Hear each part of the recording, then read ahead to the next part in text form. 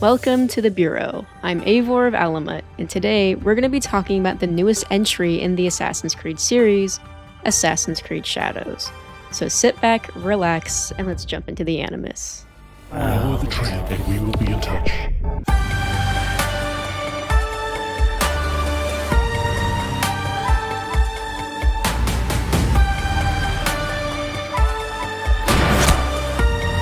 You slaughtered innocents! You don't speak of justice, you embody it. One day, you too will know the taste of dust.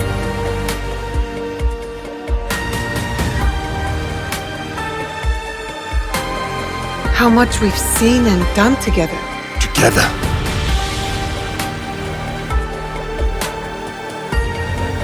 It has been a long journey, my friend.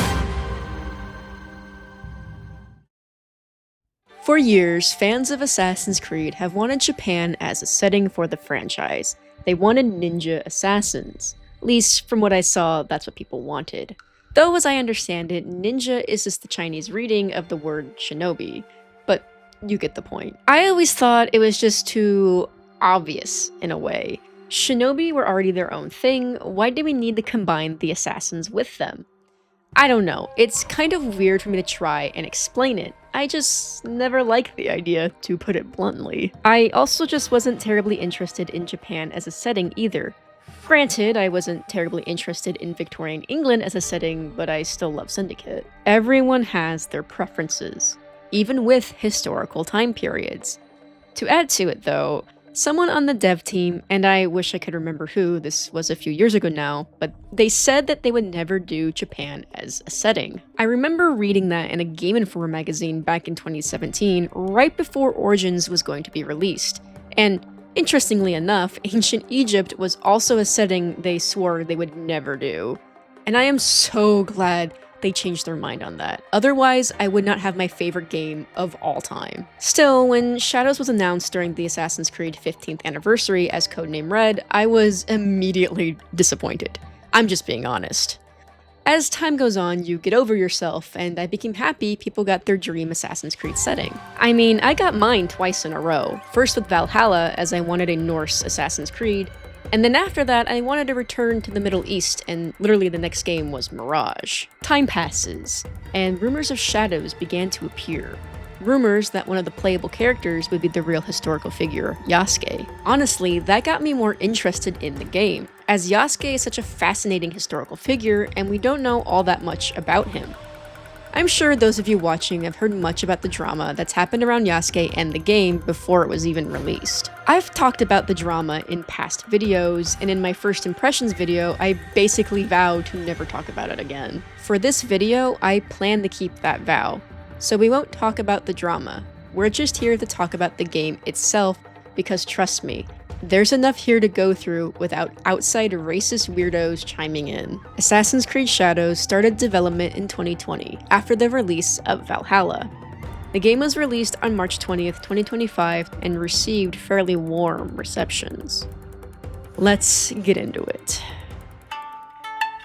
Before we talk about the game proper, let's get some historical context to help us understand the setting just a bit more. Assassin's Creed Shadows is set roughly around the year 1581, part of feudal Japan during the Warring States period. And to get even more specific, the game takes place during the Azuchi Momoyama period. During this time, military might dictated who governed and who followed. There are plenty of historical figures we could discuss. In fact, perhaps too many for me to go over. So let's instead take a look at shinobi and samurai respectively, since that's a big part of the game. Let's look into the shinobi first. Again, I'm no expert in any of this, I'm just doing a bit of my own research. Shinobi in history tended to function more like spies, gathering intelligence and information or even disrupting enemy operations. Shinobi tended to be a lower class of warrior hired by those higher in society, even sometimes samurai. While it's likely there were some shinobi that did perform assassinations, it is important to remember that this wasn't their primary role. It's one of those things where war very well could have happened, but we just don't have a lot of evidence to say they did for a fact. Shinobi were more likely to stealth during the day with the help of disguises. There seems to have been 7 specific disguises used by shinobi, including Buddhist monks, merchants, and street entertainers, just to name a few. I would have loved it if the game brought back the disguise mechanic from Liberations, but expanded on it to include all these different disguises. I mean, not only are we buying a lot of kakuregas that we could be using to change into said disguises, but there are outfits in the game called things like Servant Kasode. Why name outfits like that if they aren't meant to be disguises? It just kind of bothers me. We've seen plenty of other protagonists disguise themselves, and then you bring in a shinobi, which, from what I can find, are known for disguising themselves, and just, well, we don't get that. Not even for daytime missions. But moving on from disguises, if a shinobi had to sneak around at night, it's said that they didn't wear black, but a dark blue. So at least with Naoe's vanilla outfit, that seems to be historically sound color-wise. The idea of shinobi wearing black seems to be a trope that started with kabuki theater, the all-black outfits being worn by Kuroko, which were essentially stagehands, wearing all black to show that they are invisible. In reality, it's most likely that shinobi simply wore farmer outfits as a day-to-day look. After all, they were meant to blend in. The all-black coverings of fiction would sort of stand out. Shinobi seem to have also had climbing cleats, and I wish that was included in the game. But shinobi had tools, shinobi had weapons, and again, their whole goal was to be secretive, so most likely they weren't open fighters like we see in the game. Getting into fights was contrary to the secrecy they aimed for. Still, they had tools and weapons to help aid them,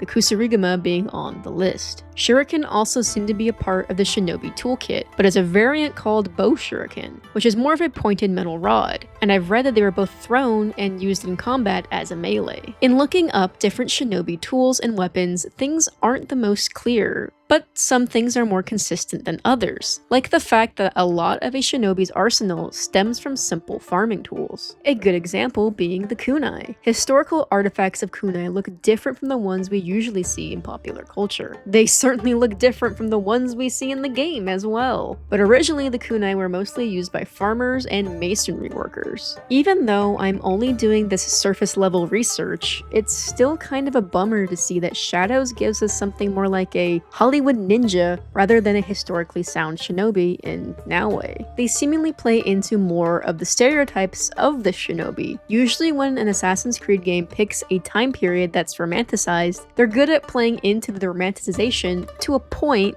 then deconstructing it. Black Flag being a good example of this. They at first played into this romanticized version of pirates, showing this through Edward. This idea of true freedom and making your own way in the world. Yet, as the game goes on, we see this worldview challenged. Freedom isn't free. Nassau couldn't stay a pirate utopia. Necessary things like medicine had to be scraped from the ocean floor. A life of freedom turned into a life on the run, as pirates were slowly hunted down. The quote from the game, "In a world without gold, we might have been heroes," is the perfect summary. Even when there are occupations, let's say, that are romanticized, they let you live up the fantasy of it while deconstructing it into a more historically sound depiction. Being a Vikinger in Valhalla is the perfect example of this. The devs let you conduct raids, but the raids were directed at more historically sound targets like churches and rival clans. The one time you do raid an innocent town in the story, it's shown as a bad thing. If you were an honor-bound Vikinger, raiding to raid wouldn't be a thing. This is why I'm honestly kind of surprised that we get this romanticized shinobi. Hell, other shinobi in the game seem to function in a similar way to Naoe. They kill and jump into combat, they wear black outfits, and there's not really any hint at these disguises. I know I'm no expert, and honestly that's part of the reason I would have preferred to see a more historically plausible shinobi, to see how they might have functioned.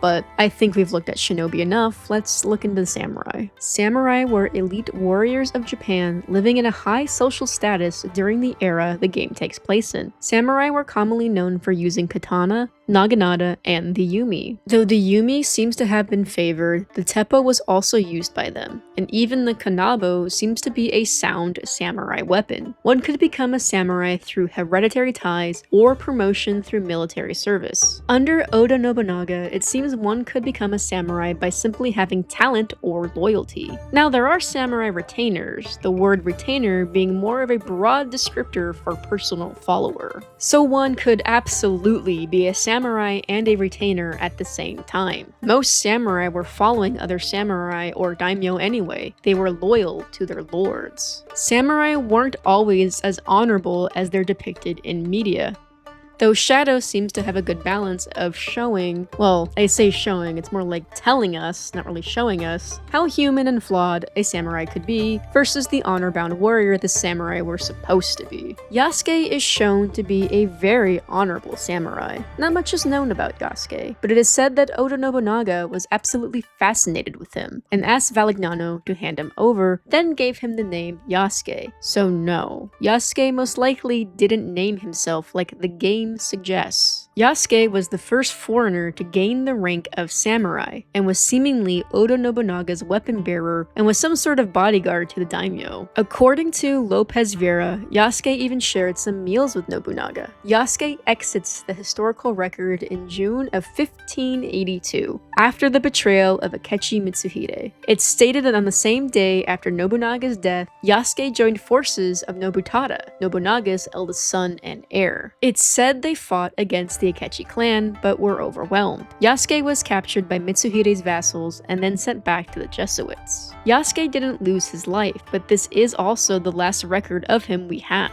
And I find it kind of odd that this wasn't shown in the game, and then maybe just have Yasuke escaping the Jesuits or something? I don't know, I'm just spitballing here. The Warring States period was a long and intense period of civil war and political upheaval in Japan. During this time, there was a loss of central power, and instead saw the rise of local lords known as daimyo. There was constant warfare as these daimyo vied for control. Everything you see here is from the past. Your past. The phrase historical accuracy gets thrown around a lot. In all honesty, it's a meaningless phrase because how can we truly know what has happened in the past? We don't have a 100% clear picture of any time period. Even with the information and evidence we do discover, we still don't have a full picture of the past. So when it comes to media like Assassin's Creed, what we want is historical plausibility or historical soundness. Meaning that we take what information we do have, apply it, and make a very well-educated guess. That's all we can do, really. We don't have time machines, so even if a period is really well documented, that's still only scratching the surface of what life might have been like. I think Assassin's Creed is really good at taking a well-educated guess and making worlds and settings that give the player a good idea of what everyday life might have been like. The devs do hire all sorts of experts and historians, after all, and they definitely put what they learned to good use. Well, usually. Assassin's Creed functions as a good crash course for any historical time period, able to give you solid groundwork information, enough to get you interested to maybe do your own research. Welcome. A beautiful place, isn't it? A fresh sea breeze, the warm sun. Your journey to mindfulness begins through these ancestral memories for a total perspective on what makes you you. New memory streams are activating now. There is something different about you. A newfound sense of... The term escapes me. Is it desire? Welcome to the dark. Now that the preamble is out of the way, giving some historical context, explaining what historical soundness is, we can get into talking about the game proper. Though I think it's worth admitting that I remember when I saw the cinematic trailer for Shadows, I was worried that the game would be more of a game about Japan rather than an Assassin's Creed game set in Japan. For some of you, that may seem like a weird thing to say, but let me try and explain. Which may be tricky to do without sounding like, well, like a dick. I think it's worth taking a moment to explain, as I feel it'll be relevant when talking about shadows. This may be something experienced more by, someone like me who is an American who does go to conventions and plays video games, and just someone who participates in pop culture type stuff. There are some people who I would say fetishize Japan. And for some of you, the word weeb or weeaboo may come to mind, but what I'm talking about sort of surpasses that. I feel like this sort of fetishizing is very prominent in gaming circles. Japan is treated with this extra level of sacredness, this high level of respect. Cultures deserve respect. I'm not saying the Japanese culture doesn't deserve respect. This is why I preface this point by saying I may sound like kind of a dick when I don't mean to be. The best way to try and explain what I mean by fetishizing Japan is being over-romanticized, even mystified in a way. You can even make the case it borders Orientalism. While sure, other Assassin's Creed games have given respect to cultures. I think of like Assassin's Creed 3 or Origins, hell. I hold Valhalla close to my heart because it's the one piece of media I know that actually treats the Norse beliefs as the religion it is. Hell, the whole Layla trilogy does that with each setting, treating the religions as they are, religions. But because of this fetishization, I was worried for Shadows. That cinematic trailer never felt like Assassin's Creed to me. It felt like I was watching a Shinobi Samurai game trailer. Even with having blips of Assassin's Creed things, I still had that pit of dread in my stomach. I tried my best to just ignore it. I even was able to get myself kind of excited. It was still a new Assassin's Creed game after all, but that dread, that feeling in my core that this wasn't going to be an Assassin's Creed game, it still lingered. Which I think says a lot because I love every Assassin's Creed game. I'm the person that defends the Layla trilogy, and yes, that means even Odyssey, as great Assassin's Creed games. So having this feeling was new for me, and I bring this all up because, well, that gut feeling I had was kind of right. Shadows didn't really feel like an Assassin's Creed game to me, and I hate that. I hate that I didn't really like Shadows. I don't want to be lumped in with the YouTubers who just hate the hate, the old good, new bads, the Ubisoft games keep getting worse. No, of course I don't. My perspective is coming from a diehard fan who will continue being a diehard fan even after the critiques. I just want to be honest. So let's finally talk about Assassin's Creed Shadows. Assassin's Creed Shadows is the story of Naoe, a young shinobi from Iga, and Yasuke, a samurai that served under Oda Nobunaga, as they team up together to take down an organization known as the Shinbaku, and that's basically the story. The story itself is rather disjointed, so even if I were to try and retell it, I have a lot to say about the story, so it's not like I'm not going to explain it, at least in some capacity. You may have also noticed that I didn't mention the Assassins or Templars in the brief summary. That's because the game isn't really about either group. They're there in some ways, more so the Assassins, but we'll get to that later. The story is my biggest issue with the game. The writing, the plot, the characters, it's all so frustrating. I think it's the most important thing to talk about, which is why I'm talking about it first. So let's get into it. A hired killer in the shadows! I am not here to kill you. That is obvious. I heard. Terrible. But I just sell noodles. Look, I don't like being negative. I built this channel on being a positive force in the Assassin's Creed community, but Shadows had too much going on to talk about that couldn't be ignored. Just because I love the Assassin's Creed series, that doesn't mean it's above criticism. I personally just never have a lot of critiques for the games. There's a difference between subjective opinion and fact, but I'd like to think I can sit here and thoroughly explain the reasons for my critiques in a way that makes sense so I'm not just spouting subjective opinions. I also know I'm not the only one that found the story disjointed and unsatisfying, so let's start at the beginning.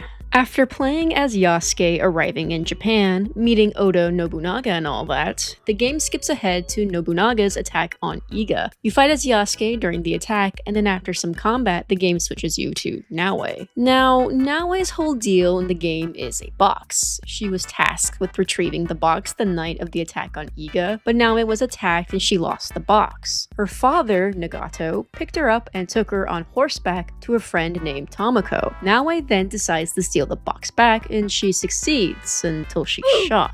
This is when we're introduced to the Shinbakufu, because for some reason the whole league had to show up at once for this moment. Well, just kind of odd in my opinion, but that must mean this box is important. Okay, every member of the Shinbakufu is wearing a mask, covering their face, well, for the most part, which is cool, very Order of Ancients coded. Now, it's important to mark anything unusual or noticeable with the members of the Order, like the woman with the teppo. Hear how she swears in Portuguese? Remember that for later, because it will be utterly useless. But in an attempt to make me think about Assassin's Creed 2, the Shinbakufu kill off Nagato in front of Naoi, and they just leave Naoi to die because she's not a threat, I guess. Okay. Naoi gets picked up by an older gentleman named Soren and an annoying child named Junjiro. Sorry, I hate to, well, hate on the child character, but I honestly just find him annoying. I find all the children in the game annoying though, so he's not even special in that regard. I'm no kid hater either. The game just failed to make good child characters in my opinion. But after a lengthy healing process that we have to play through and finding our way back to Tomoko, where Naoi refers to the Shinbakufu as Onryo,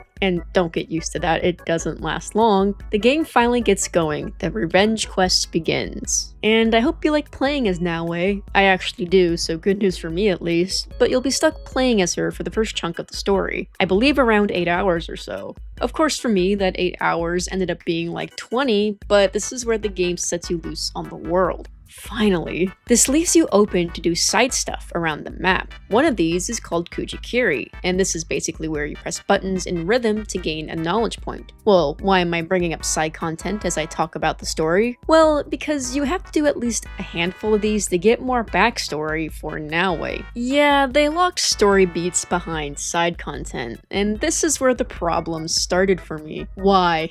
Why would you put background information for a character behind little side content? Side content most people may not do right away, or even at all, depending on how you like to play. Why tell the story in a timeline order? That just makes too much sense, I guess. Maybe this is just a me thing, but I don't think it makes much sense to put story behind easy to miss side content out in the world, especially when these story bits not only give more context for Naoi's father Nagato, Naoi's relationships with the people of Iga like Antimatsu, and also where you meet Hattori Hanzo, but there are tutorials on how to play in these story moments, which I find really odd because you, the player, would have been already playing the game a decent amount of time at this point. Why put tutorials a good few hours into the game like this? One of the memories has a tutorial for Kujikiri even. I had to do Kujikiri to learn how to do Kujikiri? Huh? Yasuke has a similar issue in this regard where his background story comes after already playing as him for a good while, and yes, there are tutorials for him in these memories. Yasuke's background story is hidden within the actual story, so it's only slightly better, but still, was the story at one point told in order but then it was placed out of order for some reason? I'm not sure why you would tell a story like this, especially with learning more about Nagato after he's dead. Having more time with him, bonding with the character before you kill him off, would have made the moment a lot more impactful. Again, I turn to Assassin's Creed 2. There's missions in the very beginning of the game where you bond with Ezio's family. I'm kind of surprised they just didn't follow Assassin's Creed 2 in this regard. So much of the setup in Shadows feels very Assassin's Creed 2 inspired. Whether that's good or bad is subjective. I just find this out-of-order storytelling pretty frustrating in all honesty. It just doesn't make sense to me. Let's reel this back in and get back to Naoi's box quest. I do want to take some time to talk about the first target. Trying to find a woman who is interested in Teppo may seem kind of easy given the time period. When it should be even easier to find a Portuguese woman, right? Wrong! After talking to a merchant fellow who has to remind you at least 3 times that his father is Oda Nobunaga's tea master. This bears the seal of Lord Nobunaga. You do know my father is his tea master? You and your father know Lord Nobunaga personally? He is Lord Nobunaga's tea master. I'd rather you invite me for tea. I hear those ceremonies can open doors. My father serves tea to the most powerful in the land. Why would he sit down with you? You're able to set up a tea ceremony with said tea master and invite all the women who are known to be in the Teppo in some capacity. Wow, that was a lot easier than I expected it to be. But, you know, okay, was I just stupid for this one or something? I remember playing this part of the game thinking, well yeah, how hard would it be to find a Portuguese woman who likes Teppo? Well, we're presented with 3 Japanese women, and after speaking to them, our target is very clearly Wakasa. So after a rather lovely tea ceremony, we have to decide which woman is our target. Luckily, Naue rules one of them out for us. Thanks, I guess. It was very clear the target is Wakasa. Otama was too mean, too obvious. Wakasa was written to obviously be the target, so of course we go after Otama first. What are you doing? Stay away from me! I'm doing what I should have done when I first saw you! I really hated her. Luckily, the game won't make you feel bad for killing her. She's still corrupt in some way, but hey, that's what she gets for talking shit to my face. So let's talk about Wakasa. Why did she swear in Portuguese back at the beginning of the game? Was that just some sort of red herring? In the heat of the moment, why would a Portuguese word slip out? I'm just kind of confused by that decision. I was so caught up in thinking Wakasa was originally Portuguese that I didn't realize she mentioned Sakai in the beginning of the game and then mentioned Sakai again when talking to Naue at the ceremony. That was the clue. I was able to figure her out without knowing the clue, but still, I missed the actual clue in thinking Wakasa was going to be Portuguese. This is just a small example of odd choices scattered throughout the game, a small note of bigger problems yet to come, I guess you could say. I'm going to skip the next target. There's nothing really of note, and I honestly don't remember much other than you meet Yaya, and we'll get to Yaya when I talk about the allies. So skipping ahead to plotting with Mitsuhide. Okay, look. I need to sidebar and go off topic for a moment because I honestly have no idea where else to put this, but I was looking through the Assassin's Creed wiki when I was typing this section. I knew Nagato was a real person in history and that they made up Naue. I had just assumed that maybe we knew Nagato had a kid, we just didn't know their gender, name, etc. But nope! Nagato in history did in fact have a son, and we know his name. Why make Naue Nagato's daughter? Assassin's Creed is historical fiction, sure, but they usually present this as an alt history that is basically the same as our own, just with assassins and Templars and Isu. I'm kinda stunned learning that they ignored this and just made up Naue. Did Naue need to be Nagato's kid? What even is Shadows? Sorry, like I said, I came across this while typing this section, and I wasn't sure when else I'd get a moment to talk about it. Back to Mitsuhide. He wants Naue's help in taking down Oda Nobunaga, convincing Naue he also hunts the Shinbaku, this is where we learn their name, and that Nobunaga is the head of the order. Surely finding the head of the order can't be this easy. That's because it isn't. Though the scene where Naue and Nobunaga confront each other as the building around them is on fire, talking about their outlooks. In my opinion, this cutscene is the one that feels the most Assassin's Creed to me. The game peaks here in this moment, and even still it's kind of flawed because they never really show Nobunaga doing cruel things. Sure, he was there during the attack on Iga, but that's it. He was there. You learn later that he didn't want to attack Iga, he just didn't want to look weak after his son messed up. Nobunaga is a complex person in history, yet in the game he's mostly shown as a good guy. Yasuke never really thinks on the bad stuff Nobunaga supposedly did, and I say supposedly because, again, the game tells instead of shows. So yeah, Yasuke is loyal to Nobunaga even after he dies, and this is where Nobunaga does die, but before that I do want to mention how this is where Yasuke and Naue technically meet. Not during the attack on Iga, no, here, which is whatever, but Yasuke doesn't kill Naue because he sees her hidden blade. So Mitsuhide's plan works. He betrays Oda Nobunaga, and Mitsuhide was a member of the Shinbaku all along. Naue leaves and it cuts to her at the hideout. Tamako is calling for Junjiro until she randomly finds Naue. Junjiro! Junjiro! Naue, what happened? Tell me. Just a little awkward, but whatever. Naue is upset about being manipulated, which is very fair, but Tamako suggests going back to where this all started. Maybe Naue can find some clue, and oh yeah, Junjiro is missing. The first of many times this kid will just run off across Japan. Naoe leaves to Kitano, where this all began, arriving at the castle and stepping inside, and oh, wouldn't you know it? Well, look, what coincidence? Junjiro is here. Wow, what are the chances? Naoe wasn't even looking for him, and yet here he is, right where she needs to be. And for some reason, Naoe jumps to the conclusion that Junjiro is working for Mitsuhide, which, okay?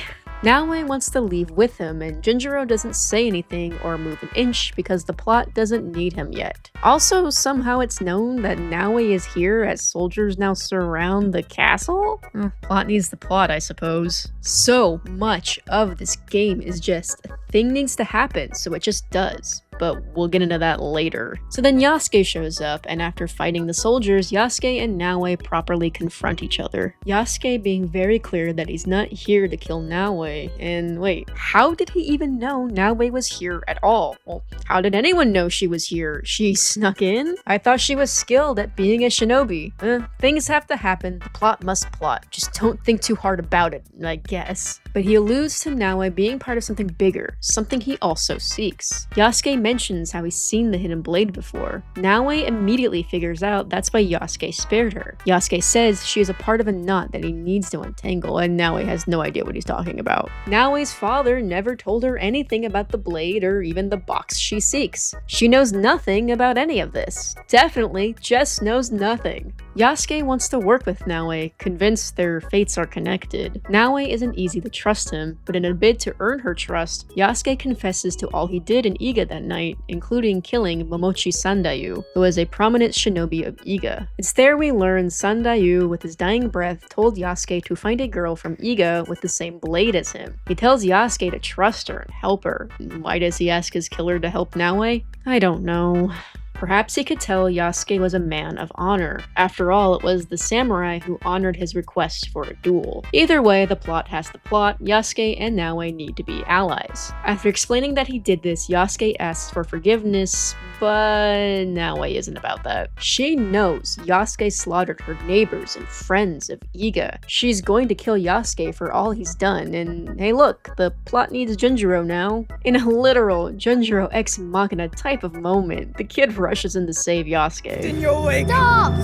Stay out of it, Junjiro! No, you don't understand. He killed Egans, my family! He's a monster. Then you're a monster too! Junjiro then explains how he tried to stop Naoe from coming to this place. In fact, he begged her not to come here. Dude, you asked her like once. I don't even think she promised you anything. Oh, but Naoe just wouldn't listen. Sure, okay. Junjiro just knew Naoe would find out if he didn't do something. Junjiro didn't want to lose Naoe, so he came to Kitano. All of this just to say that the man you killed to get the box back at the very beginning of the game was Junjiro's dad. Not only that, but Soren made this kid bond with his father's killer. I mean, it ended up being okay in the end, but I can't imagine the initial trauma for that. Maybe Uncle Mario should have tried that with Ezio and Rodrigo. Soren taught Junjiro to let out his hate by making edgy OCs, and somehow that made Junjiro just get over his hatred of Naoe. No comment. Junjiro and Naoe have their Martha moment, and Yasuke fighting through the soldiers and then wanting to talk to Naoe means Yasuke saved them both. Junjiro says that Yasuke did bad things, but so did Naoe. That means if Naoe kills Yasuke, then Junjiro will have to kill Naoe. Where to even start with this? Okay, so Junjiro should have never been involved in this scene. This type of conversation has a lot of nuance to it. A lot more than, you killed my dad, therefore you're just like the man that killed a good chunk of your people. I'm not even trying to defend what Naoe did. I'm just saying that this is complex. Does Junjiro think that Yasuke is the one that killed Naoe's dad or something? Because how? Well, how does Junjiro justify Naoe going after the Shinbaku? Revenge for your home, bad. But revenge for your dad and his box? Absolutely okay. Or does Junjiro not know? What does he think Naoe is doing running around Japan? This feels like little kid logic. I mean, Junjiro is a kid. That's the thing. He's a kid. He shouldn't be involved in such a complicated conversation. It's not like I wanted to see Naoe and Yasuke have a big discussion on it. Maybe Yasuke has to earn Naoe's trust in some way. Maybe we could have had a more trust-building process than just a kid going, you killed my dad, therefore you have to forgive Yasuke. Forgiving isn't easy. Hell, there are so many Assassin's Creed games that handle topics like this so much better. And you know what's funny? One of them is also from Quebec. Odyssey has a big theme of forgiveness and how hard it can be to overcome. It was handled with so much more thought than this scene. How do we go from that, with scenes like Cassandra confronting Nikolaos, to this? Quebec, how? That's it. It just works like that. They all go back to the hideout, no problem. And there, like children who have found a cool toy, make their own league around the hidden blade called the Kakushibaiki. I am whelmed. I'd hoped we'd meet again. You've been through a lot. Your time in Animus Ego was meant to weaken you. The others before you called it a bleeding effect. You see the faint glimmers on the darkened path before you. I must go. Find me again. Now the bulk of the story begins, and look, I won't be going over every target on the board. Not only would it take forever, in all honesty, it's just not necessary to understand the story as a whole even. Every single target just feels so disjointed from each other. It doesn't feel like they're accomplishing some bigger goal. It just seemed like every target was off doing their own thing. So I'll go over things that just stood out to me that I feel the need to talk about. Let's start in Omi with the Mourner. I've talked about how with Naoe we had to go out and find her flashbacks, in a sense, but with Yasuke you receive flashbacks just by playing through the story. And you get them one after another as a way to introduce characters like Yasuke's teacher and Lady Nene. We also get a flashback of Nobunaga where not only do we see more of him than I'd like to, we see the scene where Nobunaga decides to attack Iga out of not wanting to attack, but to make up for his son's mistakes and not wanting to appear weak. I will admit I do like the conversation between Nobunaga and Yasuke about the Portuguese Christians. This curiosity of trying to understand the new people to Japan. I think this moment was one of the better written ones. This whole flashback still falls prey to only showing Nobunaga as a fairly decent guy when he was more complex. To me, it feels like the game is afraid to show Nobunaga in a darker light. The game sort of tiptoes around his more cruel side and instead hypes up why Yasuke would remain so loyal to him. Why have complex relationships or characters? That might get too interesting. While the flashbacks for both characters are some of the better writing in the game, again, I have to bring up my personal frustration of the game not being told in a proper order. I don't understand why we're cramming these flashbacks into the game in such an odd way, especially when, again, there are tutorials in these flashbacks. I think so many moments in the game would have been more impactful if the story was told in a chronological order. But what do I know? Let's just get back to tracking the Mourner. We meet Lady Oichi, Oda Nobunaga's sister. We first talk to her in Yasuke's flashback about his teacher/samurai training, where I took my first chance to flirt with her. I'll be honest, I was very much invested in getting Yasuke and Oichi together. For me, they were very obviously into each other, but I'll get into the romances as a whole later because I have words. I wanted to play canon mode, but you couldn't romance in that mode, so I went with the other because I am such a sucker for romance, and yet... let's just get back on track. Yasuke and Lady Oichi talk about what's happened, and at one point, Lady Oichi says how she hears Yasuke has been working with a league of peasant rebels. Then she randomly asks if Yasuke has heard about the Shinbaku. Yasuke doesn't question this, but Lady Oichi explains that the Shinbaku are an Omi, oppressing the peasants and threatening law and order. This is why Lady Oichi summoned Yasuke. She knows he can help her take down the Shinbaku, and oh, she even has notes on them. Nice. Anything for you, oh perfect, oh beautiful Lady Oichi. You eavesdrop on me now? It is the scorpion's nature to stink. Show me those envelopes she gave you. This is where we learn the Mourner is actually called the Wheel and is a corrupt tax collector. I was trying to retain all the other information presented in this scene that I guess I missed the part where they describe the Wheel as wearing a mask of streaming tears because I, for too long, thought the Wheel was going to be a secondary member to the Mourner that we had to take out before getting to our target. Look, I'm willing to admit I missed a piece of dialogue as I was trying to retain other information, but I do have a small nitpick over this codename business. It makes sense that Naue would give the Shinbaku and its members names before she actually knew their real names. She calls the Shinbaku the Onryo, the mourner is actually the wheel, the fox is actually the performer, and on paper this makes sense. But in execution, I don't know. I feel like in past games we learn about factions more organically. That way, there's not too many names or titles floating around to get mixed up with everything else.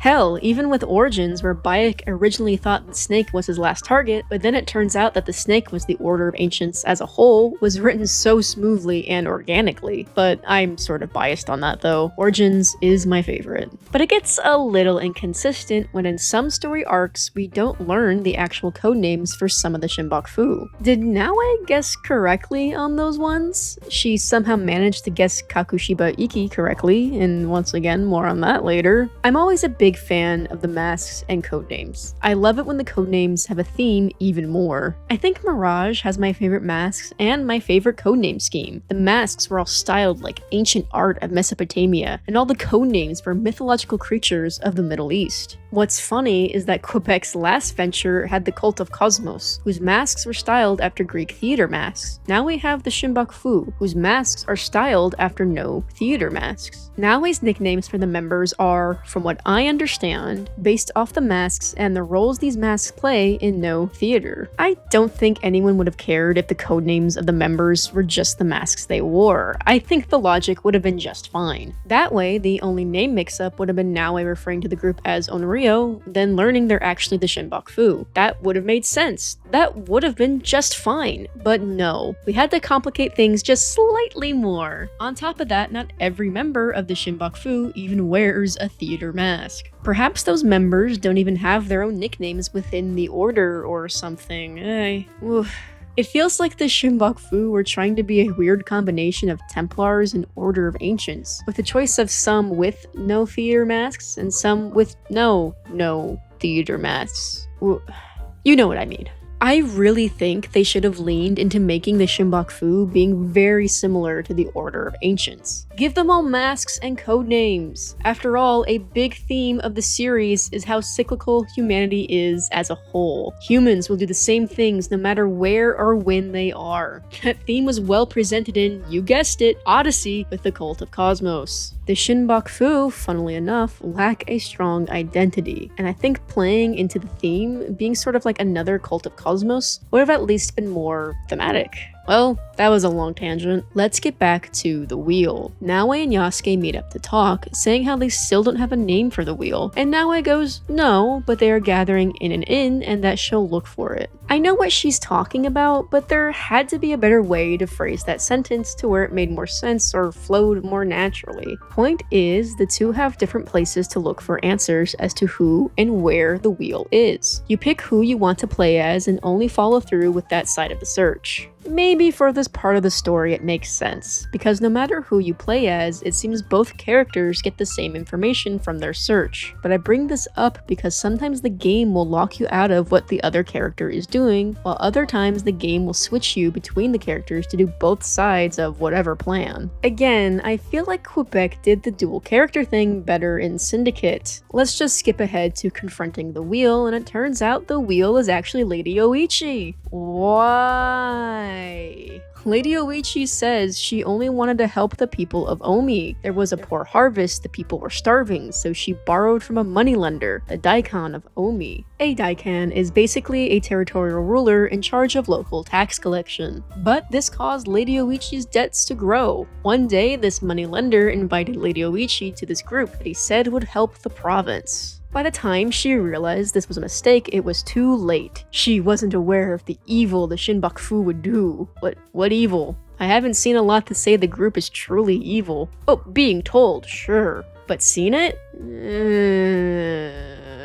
Also, this whole reasoning for Oichi joining is kind of odd to me. Her trying to get money to help the people of Omi and falling into debt is a sound line of logic. Okay, that makes sense. But if she was in debt to the Daikon, why would he then invite her to the Shinbaku? How would that resolve her debt? One of the many many pieces of side content is taking down all the corrupt icon for Lady Oichi, and it doesn't seem like they're attached to the Shinbaku. They are presented as their own thing, their own little circle just referred to as the corrupt icon. All my brain could think of was corrupt radishes every time I read it. I know, wrong daikon. I'm not sure how the daikon connect to the Shinbaku, but Naoe is ready to kill Lady Oichi without a second thought. It's a good thing I did the wheel first in this section of the game because Naoe is still in her vengeance quest mode. Having the story being broken up in a way where you pick what target to track can leave the story feeling disjointed for many reasons. One of them is Naoe's quest for revenge being quickly dropped seemingly out of nowhere. One target track, she can be very vengeful, then next, suddenly she's over and has found a higher calling. Her higher calling? I don't know. Box promise, I guess. But here with Lady Oichi as the wheel, she wants blood. In a way, it's kind of odd she ignores Yasuke and his relationship with Lady Oichi. They know each other. She's always been kind to him. Romance or not, this isn't going to be easy for Yasuke. Yet Naoe just ignores him and instead shouts how doesn't she get a say in this? Of course, we can chalk this up to emotions running high. She's not thinking straight. Sure. In the end, I spared Lady Oichi because I thought maybe that would help Yasuke's chances in romancing her.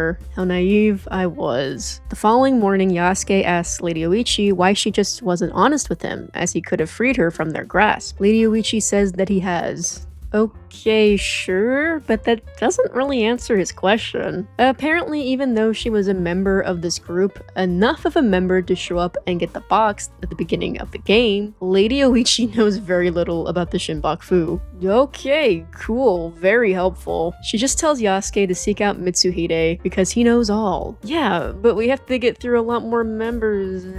Never mind. Lady Oichi is just going to meditate on her misdeeds because that will absolve all sins. And then Yasuke leaves to join Naoe. Are we doing any good at all? How can we build a land of peace on the backs of 1,000 dead? Now we are doing good. Hopefully you're starting to get a sense of why I'm frustrated with this story. I was trying to use this last section of the story to highlight some of the issues of the game as a whole, but like I said prior, if I did this with every target, we'd be here for far too long. Plus, like I've said, I really don't think it's even necessary to go over every target in the game, which is something you should not be saying about an Assassin's Creed game. Once I started to progress the story more, the more it really did feel like Naoe was the main character and Yasuke was a supporting character on her journey. I think this is worth mentioning before we continue. The Shinbaku were all there when they took the box from Naoe. Naoe is trying to get the box back. This whole story really feels more like Naoe's story. Yasuke only really has a personal connection to Mitsuhide. I mean, Lady Oichi too. We just didn't know it was her until the end of the arc. Still, for me it felt right, in a sense, to play more as Naoe.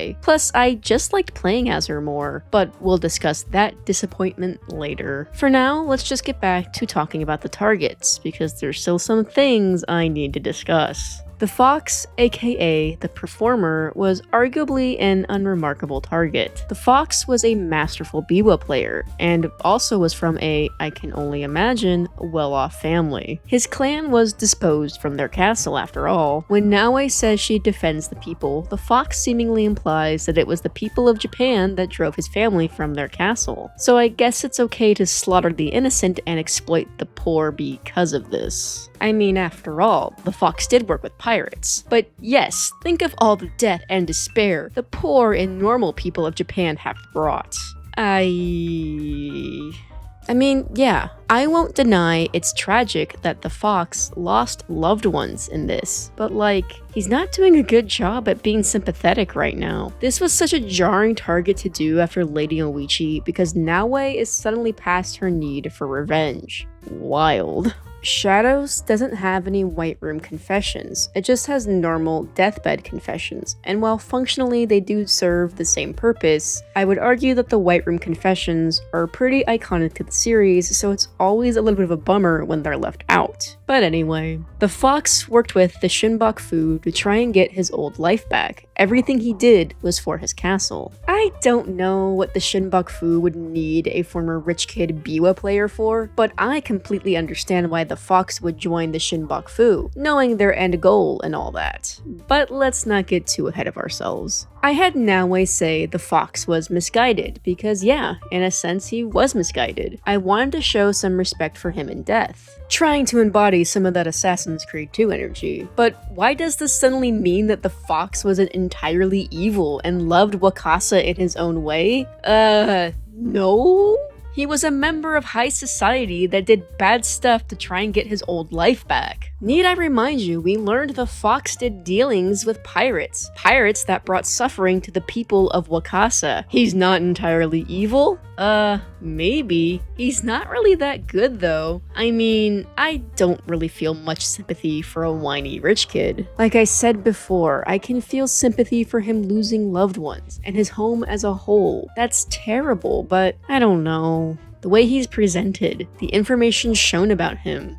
Maybe for this target we should be bringing in more of a unity energy, if you know what I mean. Oh yeah, the fox wasn't even kicked out of his castle by the people of Japan, it was actually the Asakura. I think it's important to slip that in. I'm not really sure why the fox was taking out his revenge on the people of Wakasa. Why did you think they would come to your defense? Again, I'm not sure what the fox does for the Shinbaku as a whole, which is why I wanted to go over his motives. He's more of a case where if the Shinbaku succeeded, he'd benefit from it, which I guess is motive enough. The only other thing from this I want to bring up is this one part where Naoe has to follow the sound of a biwa. Like, how the hell does she hear it from so far away?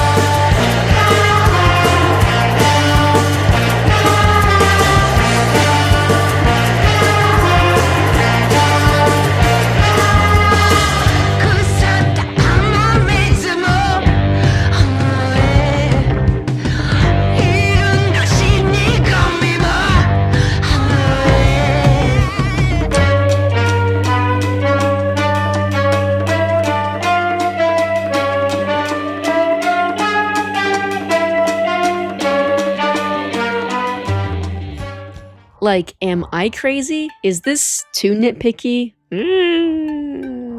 For some of the targets, I'm not entirely sure how we even get the information to meet certain people. I just feel like so much of this game gets explained away with scouts. But you meet with Fuyu and you talk about what's been going on in the province.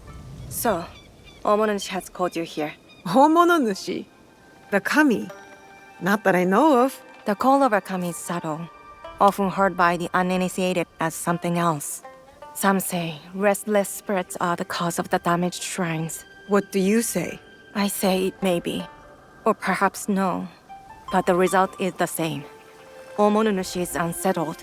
The story for the Wise would have been a pretty alright one if it weren't for one thing. The basic outline of the story is the Wise sabotaging a peace deal between the daimyo of Yamato and the Akiyama clan. Okay, I can kind of see the benefit to the greater goal with this one. So if the plot for this target isn't a problem, then what is? Well, it's the force that's moving this plot along that's the problem. Every time this part of the story needs to move forward, Naoe is directed in the right, well, direction by a character named Kojiro, and Kojiro is a ghost.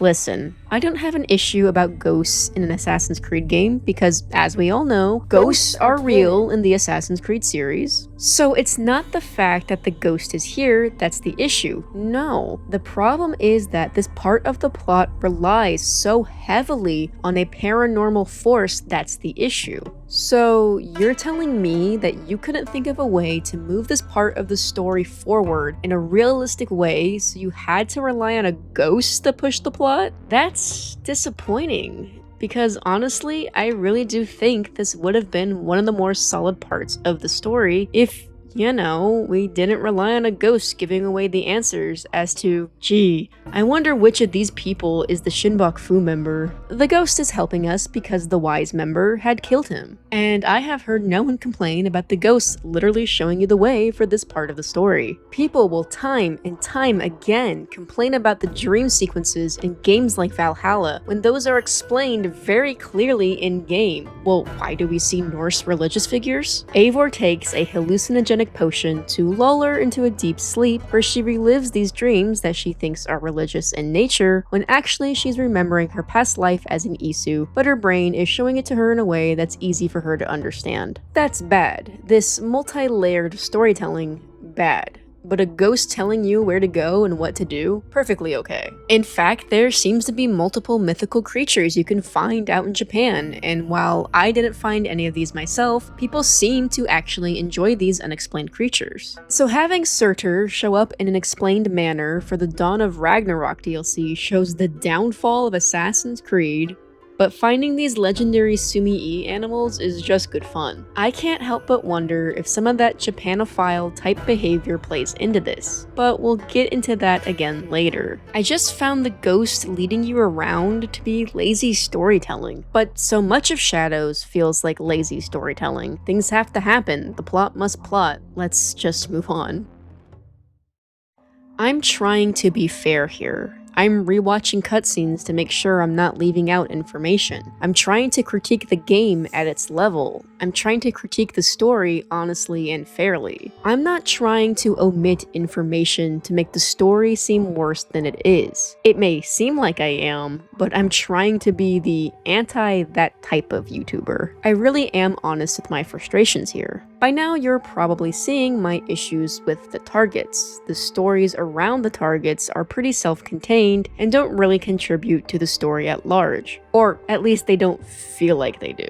And a good portion of these targets don't even seem to know what or even where Naoe's box is. You know, that box they all showed up to retrieve. On that note, I will say that the Ox is probably the best target by default. There's nothing I'd say is crazy good about this target story, it's just the one that makes the most sense. The Ox is causing typical wartime havoc as he tries to regain his control in Harima. After all, that's why he joined the Shinbok Fu. Much like the fox, the ox wants the benefits, the resources the Shinbok Fu promises. But when Naoe asks about the box, "You cut down my men, invade our home, to inquire about a box?" yeah.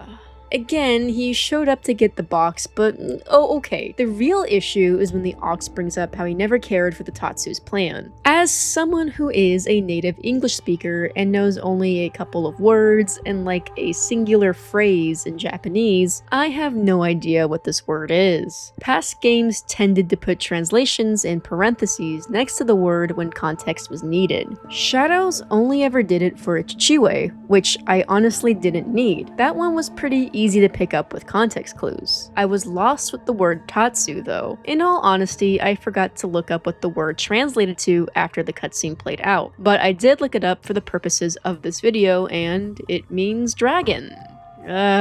Yeah, that doesn't really help. I still don't know what he means. We can look into this further when we talk about the leader of the Shinbok Fu. For now, I want to use this small example to express a bigger problem. As someone who isn't hyper-fixated on Japan, a lot of the time playing this game, I honestly feel a little lost. I've seen people argue that if you're lost, you should just go do your own research to understand the game more. Sure, but I shouldn't have to. When I first played Assassin's Creed 2, I wasn't as knowledgeable about the Italian Renaissance as I am now. Yet, I was able to follow the politics and all that just fine when first playing it. Same thing with the first Assassin's Creed. I didn't look into the Crusades more until after playing the game. You shouldn't have to do external research to understand the game. The external research should be complementary to your experience with the game. I shouldn't have to go out of my way to learn about a setting for a game. It's the game's job to introduce me to the setting. I'm sure these gamers who are hyper fixated with Japan may fight me on this, but this should be true for Shadows as well. I shouldn't have to do external research to understand different points of the game, or pause my game to Google what a word means. This may sound kind of entitled, but I'll stand by it. Past Assassin's Creed games never had this problem. Past Assassin's Creed games tended to have the character learn alongside you even. Some examples include,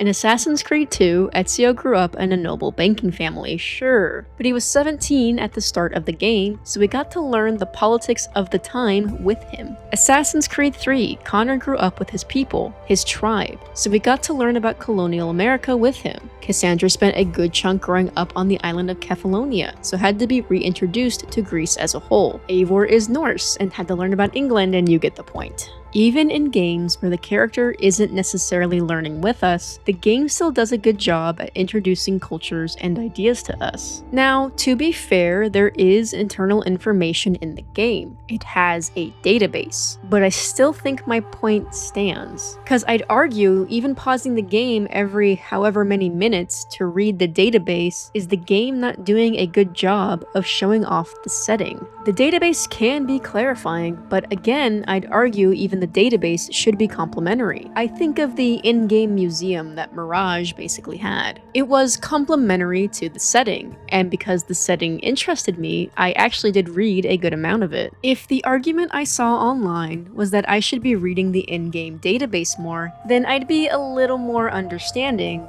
But again, I think even saying that proves a point. That just tells me that the game, as presented, isn't doing a good enough job for the, let's say, general Western public at explaining Japanese history and/or culture to us. Which is a shame. Those who are Japanese deserve good representation. Maybe the people who worked on Shadows expected everyone in the West to just be a weeb or something. Who knows? To keep things easy to follow, I've been using the Naue given codenames for each target. Especially since I'm talking about other problems as a whole, I didn't want people to get lost as to who I'm talking about. The Fool is next. Though, funny enough, I think he's better known as his actual name, Sadoki, especially when you first meet him as Mitsuhide's son-in-law, Sadoki. I know you technically meet him as a Shinbaku member, but you know what I mean. So even though he's the Fool, which is a very apt name for him, I'm going to be a little different for this one and refer to him as Sadoki. But I'm hardly going to talk about him. I mostly want to bring up some personal gripes. And to start, we meet with Sadoki's brother, Sadatame. We learn that Sadoki had poisoned Sadatame to take control of their clan. That's awful. But what's also awful is the fact that Sadatame now wheezes when he speaks. They are curt, though they mean well. These are not friendly times. You may be right. But he is my brother. I had to try. I completely understand that this may be a personal grievance. Story-wise, I understand. But sound design-wise, just why?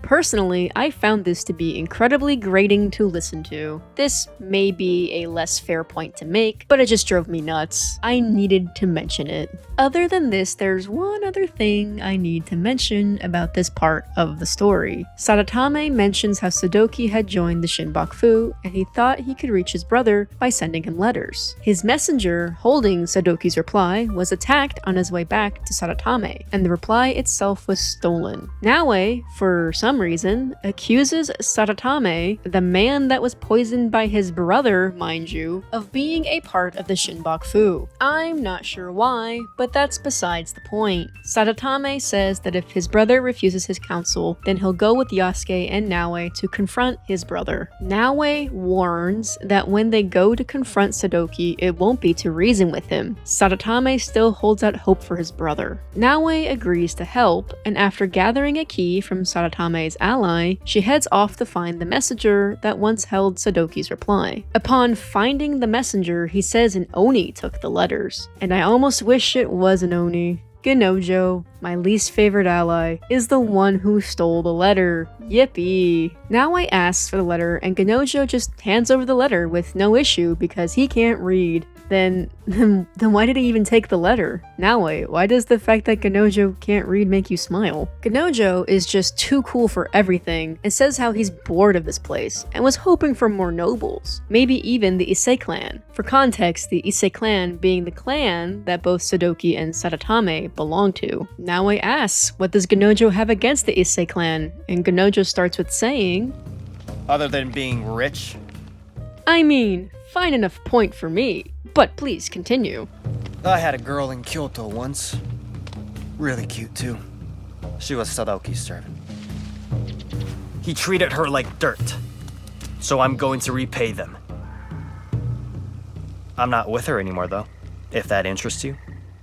Oh, well, I was on your side up until you decided to use your ex's abuse to flirt with Naoe. Gross. He never does explain why he took the letter. Is he just harassing people for fun then? God, I hate Ganojo. But I bring up this interaction for a reason. I'm not just needlessly hating on Ganojo, no, that comes later. The intercepted letter reveals Sadoki will be attending a sumo match, so Yasuke and Naoe go to the match and scan the crowd for Sadoki. Well, Naoe does. Yasuke is too distracted by the sumo wrestlers. During this, a well-dressed stranger shows up and talks to Naoe and Yasuke, and it's honestly one of those moments of better writing that I did enjoy.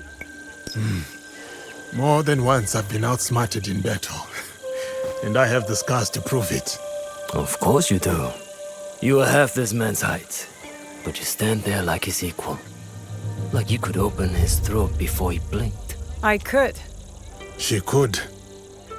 It's when this stranger gets recognized as the former shogun does the conversation end. This conversation gave me a sort of Odyssey vibes, like talking to Aspasia. No reason in particular I'm saying that.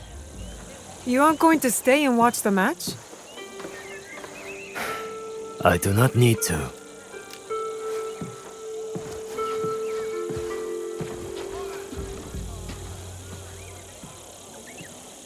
The Shogun! Here! I can't believe it! What's that? Skipping ahead. After sneaking in Yamazaki Castle as Naoe, then escorting Sadatame as Yasuke, you confront Sadoki. Sadatame begs his brother to turn away from Mitsuhide, to which Sadoki says that Mitsuhide will be the shogun and hold on. Based on what I know of the Shinbaku, that's not. Who lied to your dumbass? Anyway, the brothers have their back and forth when... Oh, come on!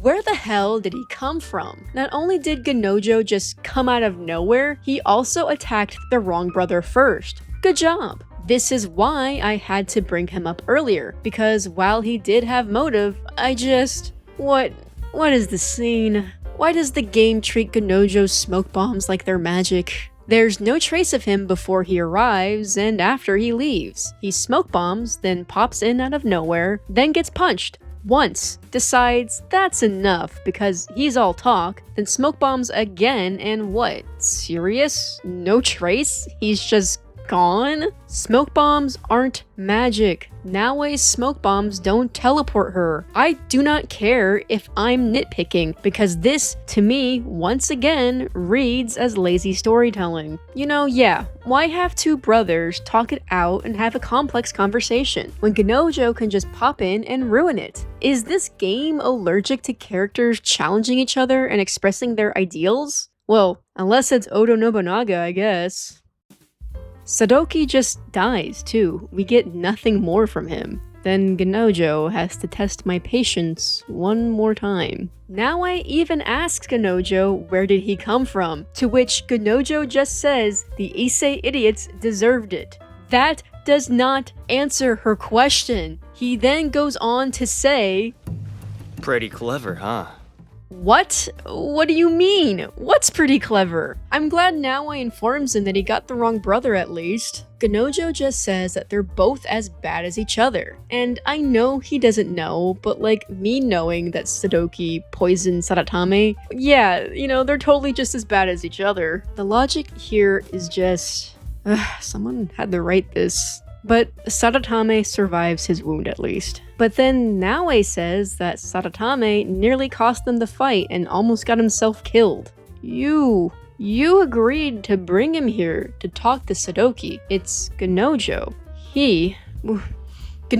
Ganojo is the one that messed this up. He is the one that popped in, stabbed Sadatame, then left after getting punched. Once. I can't. I just can't. I've already talked about this part of the story enough.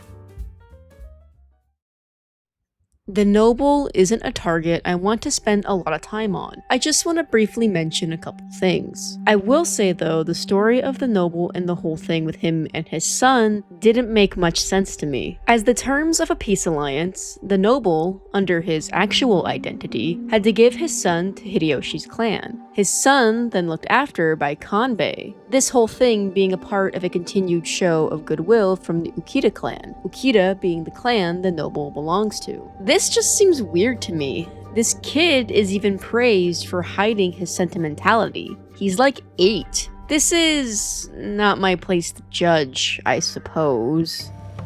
Your token is a hostage not here by choice. Of course he is sentimental.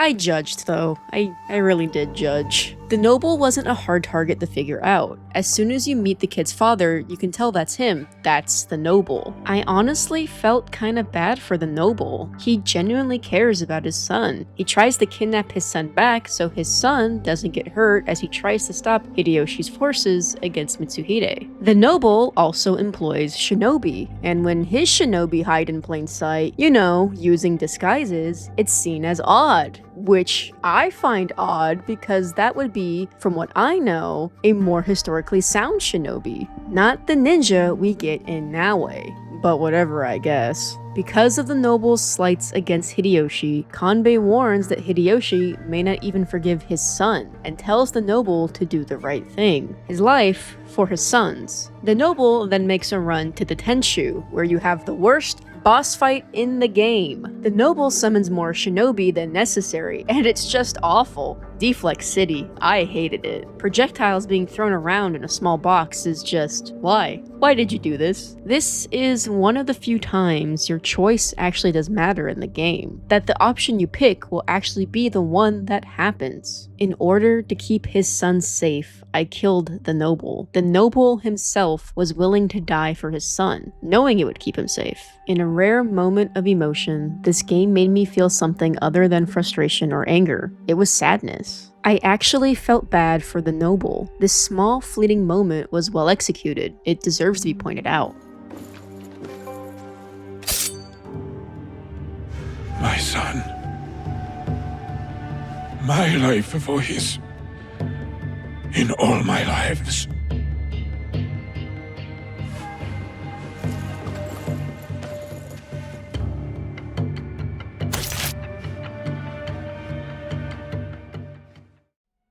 Finally, time for Mitsuhide. Joining Hideyoshi's attack on Mitsuhide makes things pretty straightforward. You're granted easy access into Shoryuji Castle because of the assault. Naoi tracks down Mitsuhide only to watch him escape. Yasuke sees Mitsuhide's escape and chases after him on horseback. Mitsuhide is about to escape by boat, one of his men ready to cover him, but Mitsuhide hesitates. Instead, he decides to face his fate and dismisses his man. That's when the camera pans perfectly to Naoi and Yasuke. So good. This moment only to be cut short by Mitsuhide bringing up the horrible stuff him and Yasuke did under Nobunaga, and Yasuke, of course, defending Nobunaga. Yeah, maybe Nobunaga did do / had them do terrible things, but that doesn't justify Mitsuhide being a traitor, I guess. This game is Nobunaga propaganda, I swear. Someone had to save us from his madness, to stop the endless slaughter of innocence. No. He's got a point. So you defiled your honor, betrayed your lord. You murdered him with a stab in the back. Wait, am I on Mitsuhide's side? He's right? Nobunaga was attacking innocents. He wasn't the cool guy the game tries to show him as. Mitsuhide trying to stop the endless bloodshed is shown as a bad thing because what? He betrayed his lord? Okay, and? If Nobunaga is a tyrant, are you really going to hold it against Mitsuhide to not be loyal to said tyrant? Really? Mitsuhide says the Shinbaku had used him just as he used the two of them, then reminds the two of Iga. Naoe says she will never forget Iga, just how she'll never forget how Mitsuhide murdered her father. Yeah, okay. Mitsuhide says it's necessary, then brings up how Naoe and Yasuke now back another tyrant, and brings up the fact that Hideyoshi used to be a peasant. Which, okay, I would have just stuck with him being a tyrant. The peasant part is a weird thing to be mad at, but what do I know? I saved this country. You will destroy it. No. We will save it from you. Weak dialogue aside, what comes next is my favorite boss fight in the game. It absolutely smacks. You start off this fight as Yasuke, then midway through it, Naoe jumps in. Having both Yasuke and Naoe fight back to back is just, it's peak. The music is one of the better tracks in the game. Just forgetting about the dialogue, forgetting about Nobunaga, the loyal to the upper class stuff. This fight smacks. That's just the best way I can put it. I love it. It felt like an endgame fight. Stuff like this is what the game needed more of. Just moments where it really felt like Naoe and Yasuke were working together. In the end, we learned the head of the Shinbaku was the previous shogun. The shogun that Nobunaga toppled from power, and yes, the shogun that Naoe and Yasuke met at the sumo match. Ashikaga Yoshiaki. This is where Naoe first learns what is in the box. Yes, this whole time, Naoe had no idea what was in the box. You, the player, learned this earlier, but I'll get into that when we talk about the assassin storyline. But yes, this is Naoe's first time learning what is in the box. Stunning. That high from the boss fight is quickly winding down. Okay, so what's in the box? What's in the box? What's in the fucking box? The box holds one of the 3 pieces of the Imperial Regalia of Japan. So what is the Imperial Regalia? To try to explain this in a brief manner, the Regalia are said to be a jewel, a mirror, and a sword. These artifacts not only represent the virtues of valor, wisdom, and benevolence, but are also said to have once belonged to the kami Amaterasu. It's said the Regalia was brought to Earth by Ninigi no Mikoto, the legendary ancestor of the imperial line and grandson of Amaterasu. It's said that Amaterasu sent him the Regalia to pacify Japan. The Regalia is an important element in the ascension of a new emperor, as Shinto priests will present the Regalia to the emperor. These items symbolize the legitimacy of the emperor. Hopefully, in trying to briefly summarize this, I didn't butcher too much, but I spent as much time explaining this as the game did just talking about the Regalia. So it's important to note the public has never seen these items, which is probably why we, the player, also don't get to see them. But as a MacGuffin, this is weak, if I'm honest. The fact that we don't get to see them, while understandable, just makes it a poor MacGuffin, in my opinion. Also, having these sacred relics of Japan being tossed around just doesn't feel respectful to me. Perhaps I'm wrong with that. Maybe it's really not a big deal. But from a storytelling perspective, the fact that we don't and will never see what's in the box just seems so anticlimactic. That might be the best way to put it. We will never see what Naoe was searching for this whole game. We will never see what Nagato thought was worth fighting and dying for. It will always be a box. Also, we'll never know if the Regalia is Isu or not. That may be more of a me thing, but I was curious if that was why the Regalia was so coveted. But I guess it's just the power they symbolize that's so so coveted. And I think that's a long enough tangent, we should get back to the story. So Mitsuhide just revealed that the box held a piece of the Imperial regalia. Doesn't say which one, but for some reason Naoe just knows which one. The jewel.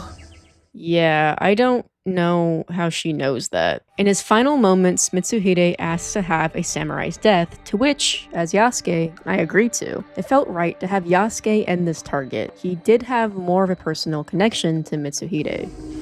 A samurai is loyal to his lord. Oda Nobunaga deserved his end. Perhaps. So do you.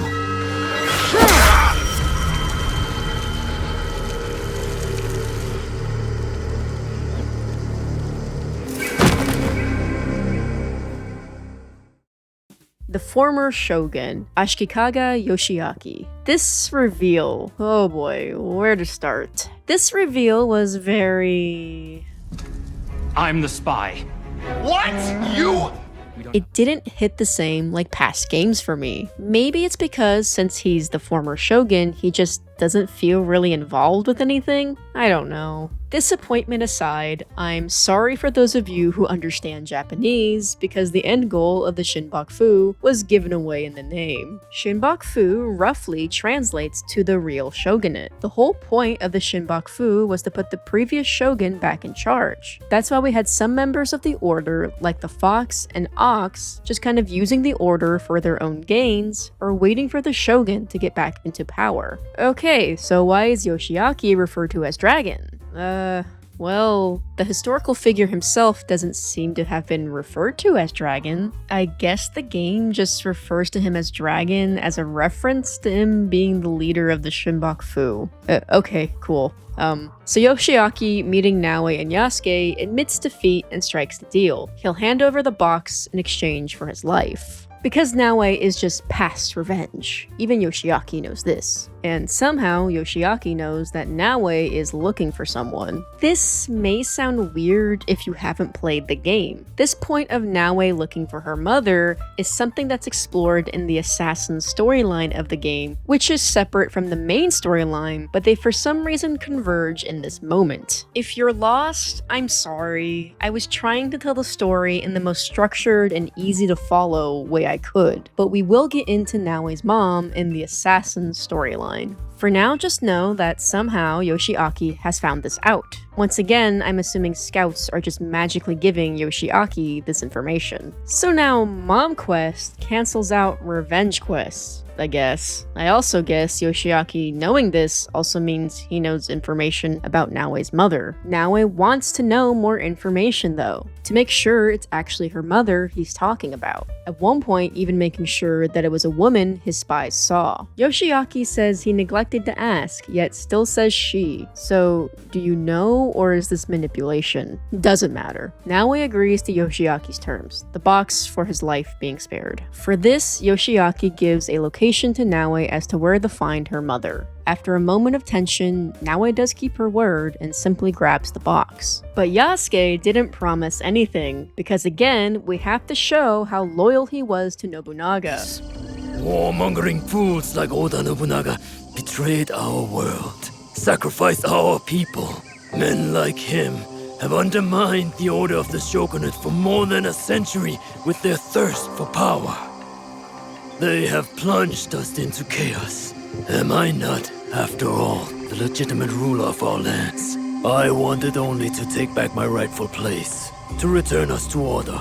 Okay, but why is he right? Like, besides Yoshiaki saying he's the legitimate ruler, whatever, who cares? The stuff he says about Nobunaga and men like him, yeah, go off. Why is this seen as bad? Why is being anti-warmonger, anti-killing of innocents bad? Like, I know he's a wealthy elite, and I think by now I've made my point about that, but for the sake of argument, let's put that aside and simply talk about ideals. The Shinbaku trying to stop the people of Japan from being needlessly killed is bad because what? Because Nobunaga was killed and Nobunaga was nice to Yasuke? Okay? Yasuke really is going to have no introspection? Naoe is cool that Yasuke has continued loyalty to the man that used Iga as an example? What is character growth, I guess? So Yoshiaki wants to return order to Japan. Naoe is upset, saying by stealing what the emperor entrusted to the Kakushiba Ikki, more on that in the assassin story. Sorry, I have to break it up like this. But Naoe is referring to the imperial regalia, just to be clear. Yoshiaki apparently sold the regalia to the Portuguese Templars, which again, somehow Yoshiaki knows Yasuke has been looking for the Templars. More on that in the Templar Story section.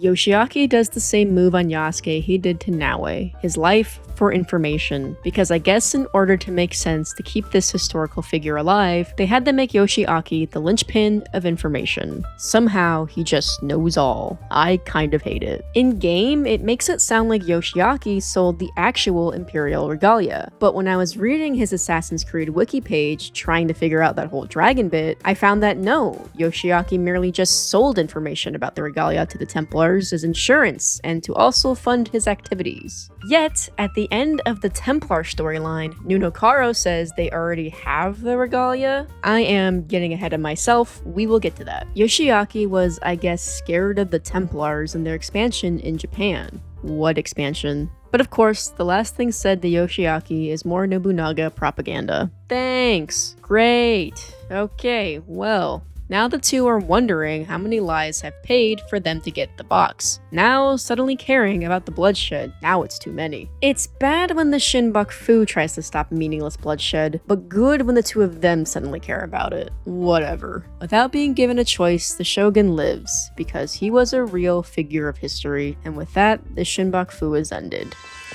Did you get what you wanted? I did. But it doesn't feel over. So we talked about the main storyline, but there are two other storylines we need to talk about. They are told separately from the main story, except for that small tidbit with Yoshiaki at the end, but the Templar and Assassin storylines are not only separate from the main story, but also separate of each other, which is certainly a choice for an Assassin's Creed game. So let's backtrack and get into the Templar storyline first. We're going to have to dial back to the Fox story arc. When investigating the pirates the Fox worked with, we find the pirate leader, Samimaru, was also working with the Templars. According to this one letter, both Samimaru and the Fox were working with the Templars, the Fox being some sort of slaver. It's not really expanded on, but the focus here is Samimaru's connection to the Templars. Yasuke learns about Samimaru through Naoe and is immediately ready to take him out for being a slaver, which yes, understandable, I agree. Yasuke fights Samimaru. During the fight, Samimaru drops the name Duarte, a name from Yasuke's past. And why does he drop that name mid-fight? He just says the name so the plot can move forward, I guess. When the fight ends, Yasuke asks, how does Samimaru know this name? Samimaru refuses to answer, so Yasuke kills him. Damn! That name. How did he know? If only you tried harder with that one, Yasuke. At least Yasuke has a lead on where Samimaru was to meet this Duarte, so he starts his search there. Yasuke heads to Obama to begin his search, finding notes about setting signal fires to bring Duarte into port. Yasuke lights the fires, then waits for Duarte at a vantage point. When night comes, a boat does show, and after stealthing using the non-stealth character, Yasuke makes his way to Duarte. Yasuke confronts the man from his past. Duarte is bordering on cartoonishly evil. You didn't have to. Duarte being a slaver is reason enough to come over and beat his soul out of him. Still, having a Templar being so obviously morally dark is a downgrade from the morally gray to maybe dark gray Templars we tend to get. This game needs you to know the Templars are bad. You don't get to make the choice on who is morally right. But Yasuke and Duarte fight. Yasuke wants to know the location of another man named Nuno Caro, but Duarte doesn't answer. You are simple, boring, predictable, dull. Just like her.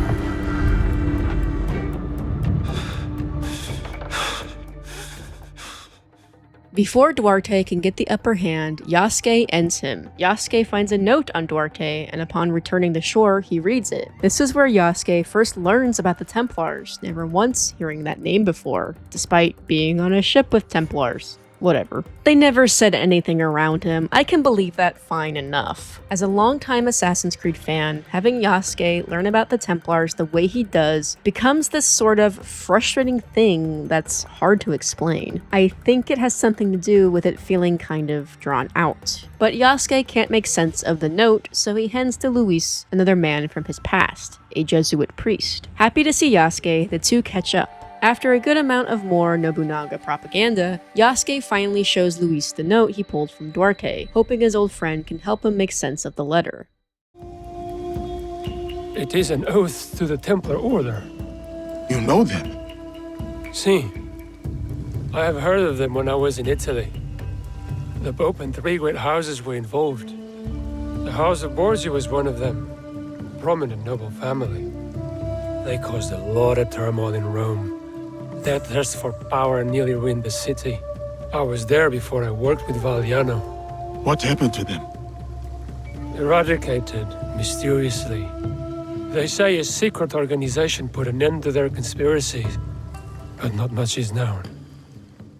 After that tease, we learned from the letter that someone named Komura Kei is training secret warriors for Nunokaro in Kii. Yasuke heads to Kii, finding Kei's contact. The contact then takes Yasuke to meet up with other recruits, where at one point the contact mentions that maybe one day they can join the ranks of the Sase Sha. I have no idea what that is. Googling, the word seems to mean reborn person. If Translate even got that correct. In context, that makes sense, but the contact does say the Sase Sha. I get a similar result when Googling this too. I turned to my section talking about the Ox for this. Simply putting what you meant in parentheses would have fixed this. Anyway, the contact gives directions to Kei's training grounds. Arriving at the training grounds, Yasuke gets almost immediately spotted by Kei.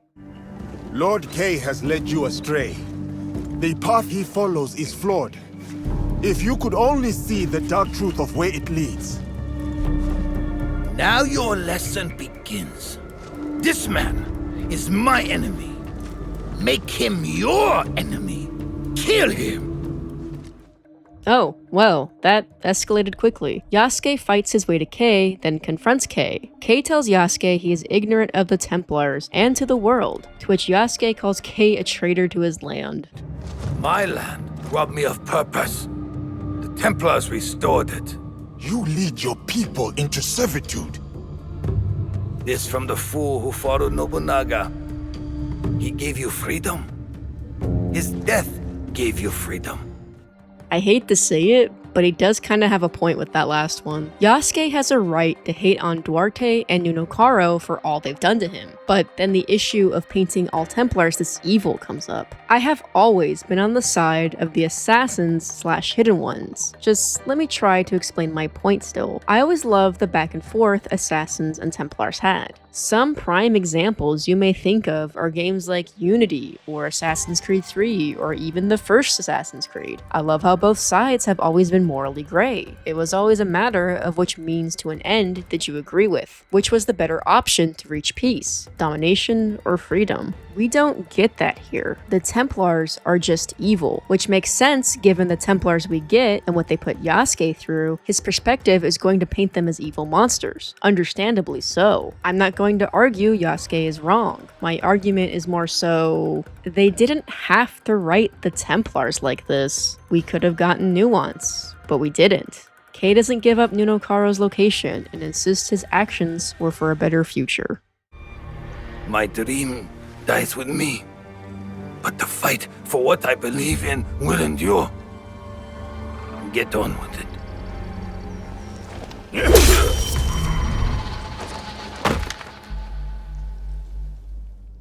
There goes our one Japanese Templar, the most interesting Templar in this game as well.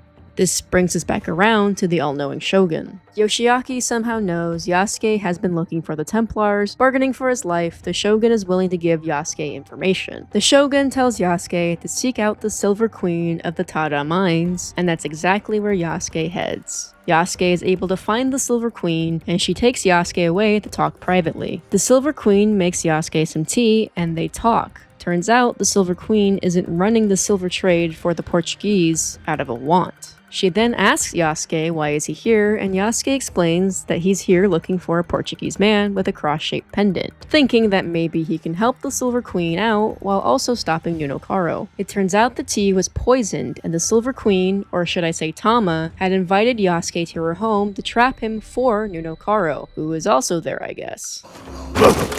Oh, those giants. You made things difficult for me. You and that shinobi. Killing the Shinbaku, fine. I get it. But then, the Malu? And him, the Japanese fellow. I took offense. And not This is a horrible predicament you now find yourself in, Yasuke. Still, as to why Nunokaro would even care about Naoe and Yasuke taking down the Shinbaku is kind of odd to me. You'd think he'd be happy to not have them in his way. Whatever, not important. As it turns out, Tama was Mitsuhide's daughter. Nunokaro is about to end Yasuke when Tama asks to end Yasuke herself after what he did to her father. Nunokaro happily obliges, handing her his gun. Tama doesn't immediately shoot Yasuke, and instead lets Yasuke work off the poison and then confronts him. Do not speak. Listen. You're supposed to be dead.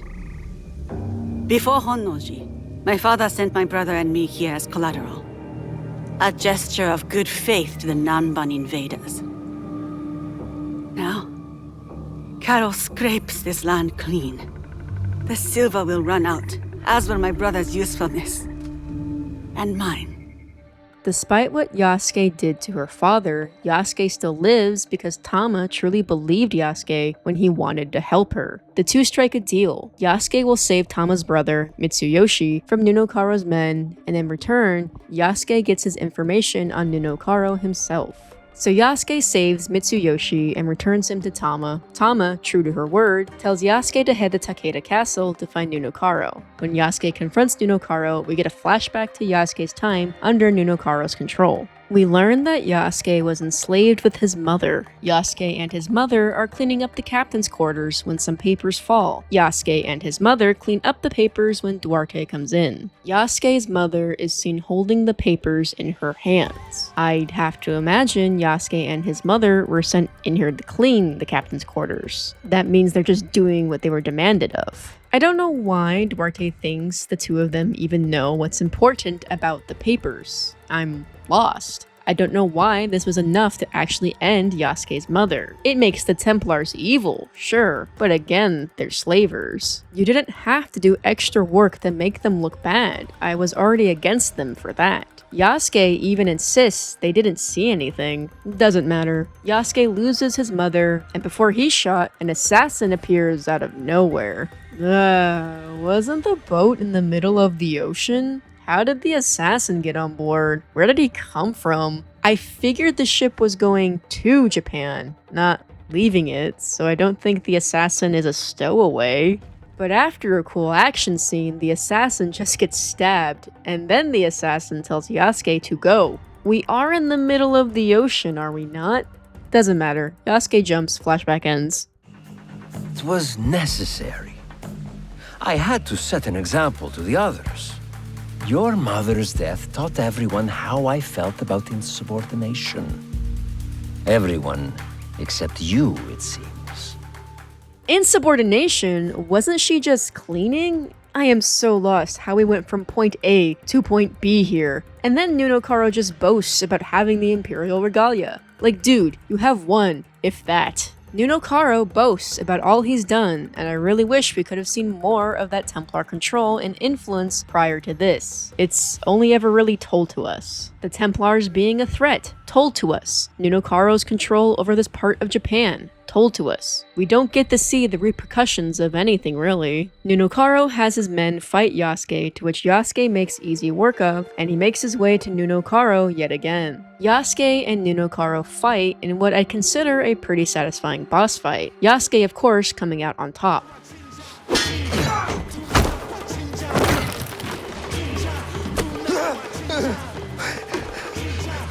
Ewan, please, help me.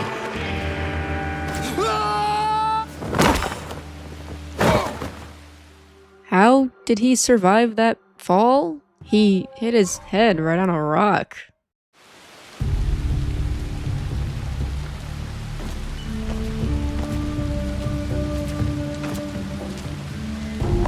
After you killed my mother, I kept my desire for vengeance in my heart, in the same place I once held thoughts of her.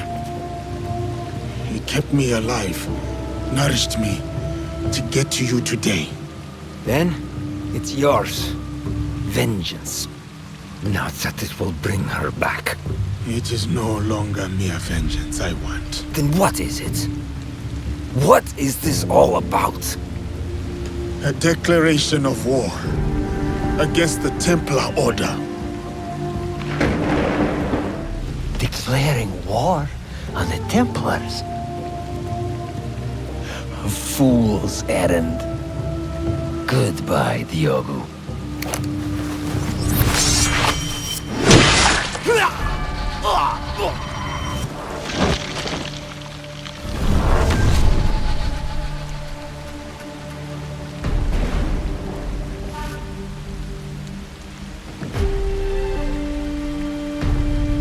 My name is Yasuke.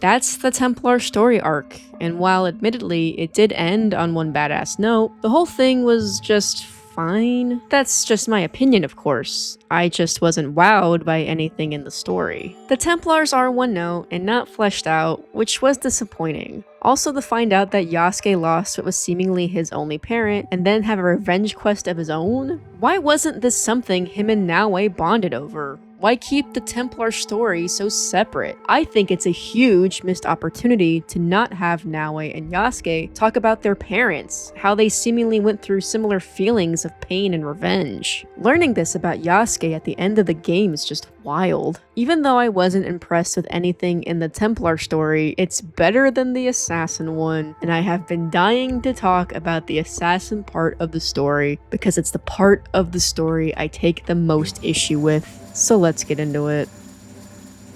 A drip feed of memories to subdue you and to invade your senses. You're learning how to counteract it. Your will to fight burns as a flame. What has been can never truly be erased, only obscured to those who come next. What once was, is, waiting. Go onward.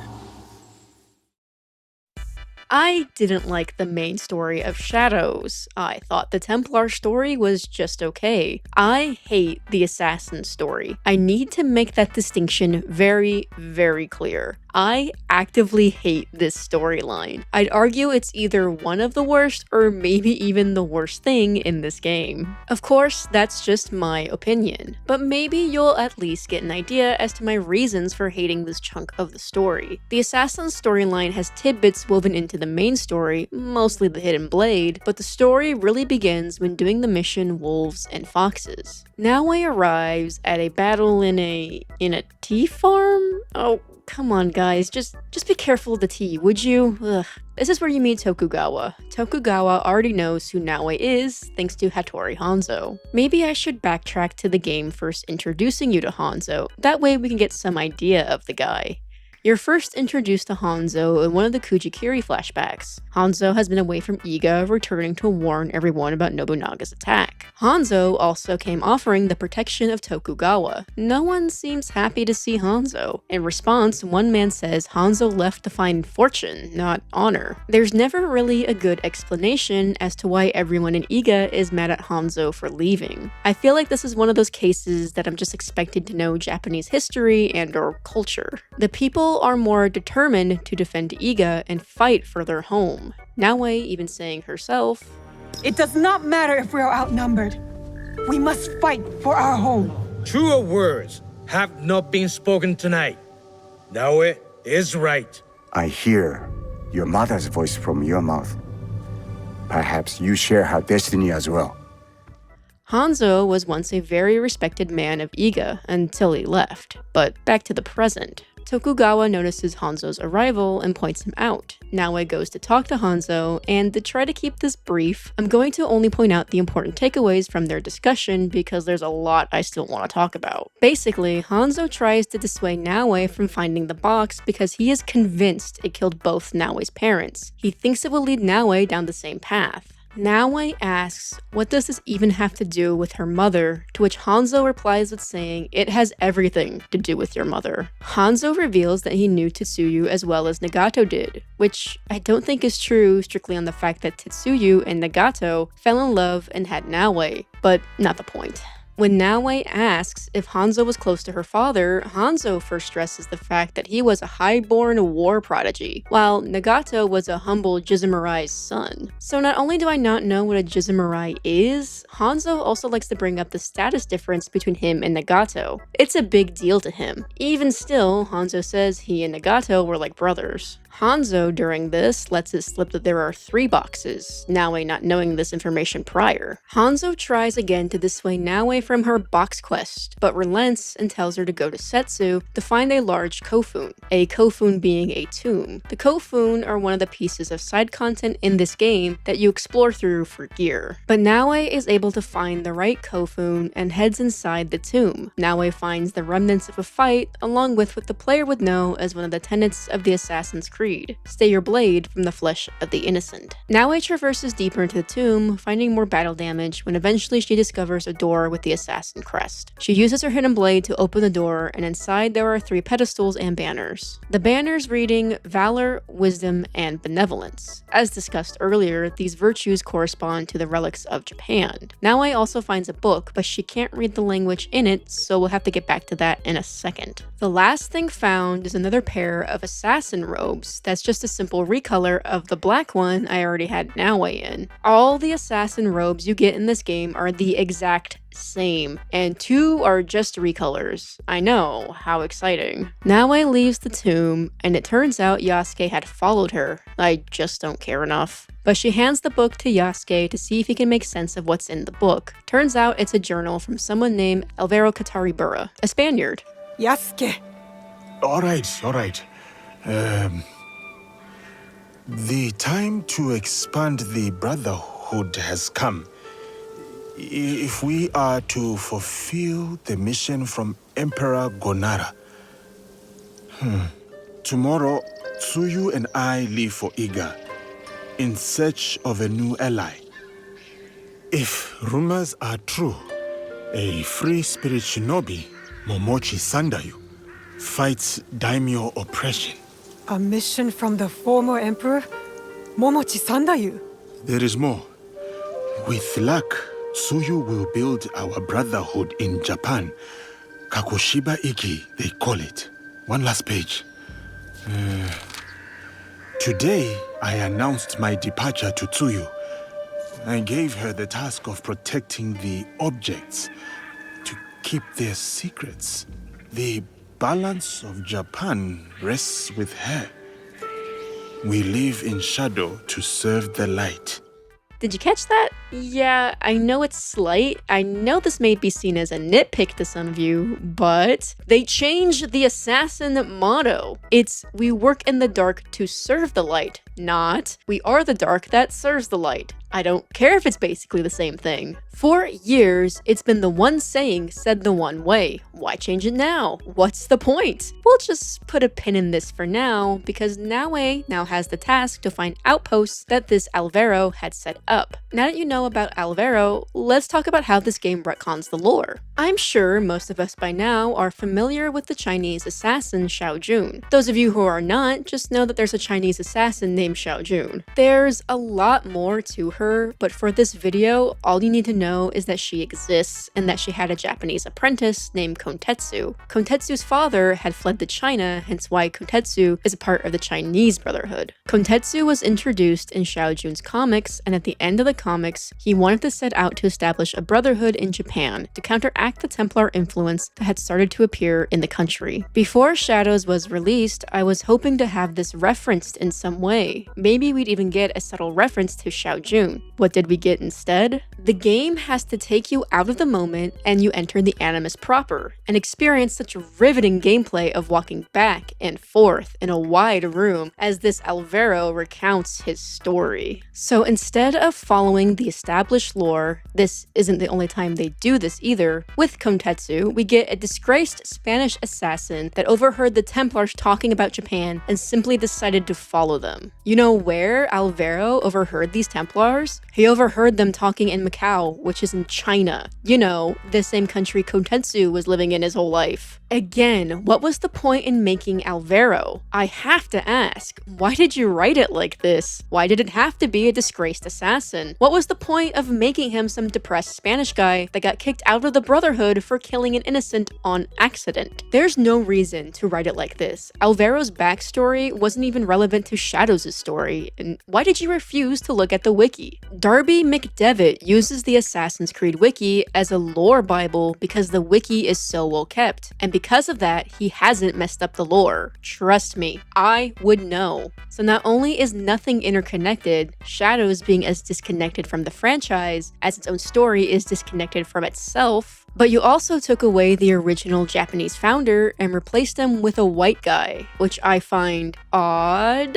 It may not be malicious, I'm willing to give them the benefit of the doubt, but still. If you had to retcon this, why not make the founder at least a European that would connect Shadows to everything else? Like a grandkid of Ezio. It would have been easy to explain how either Flavia or Marcello found out about the assassins and continued their father's work, and so on. I would have grimaced at the retcon, but at least it would have been connected. What was even easier was having Kontetsu found the Japanese Brotherhood, because it was just simple and made sense. I'm just baffled as to why you had to pull us out of the game proper to then lore dump about your new assassin that for some reason needed to be disgraced from the Brotherhood. That last part just really gets me. Was this to help with the reasoning as to why the assassins aren't called assassins? We'll just put a pin in that thought for now. Let's just get back to the story. So Naoi is looking for clues left behind by the Kakushiba Iki. This leads to her just doing more paths. Paths are yet more side content that you can do in the game. They're just parkour paths you go through, and at the end of every path is a chest that gets you a piece of the exact same black assassin robe.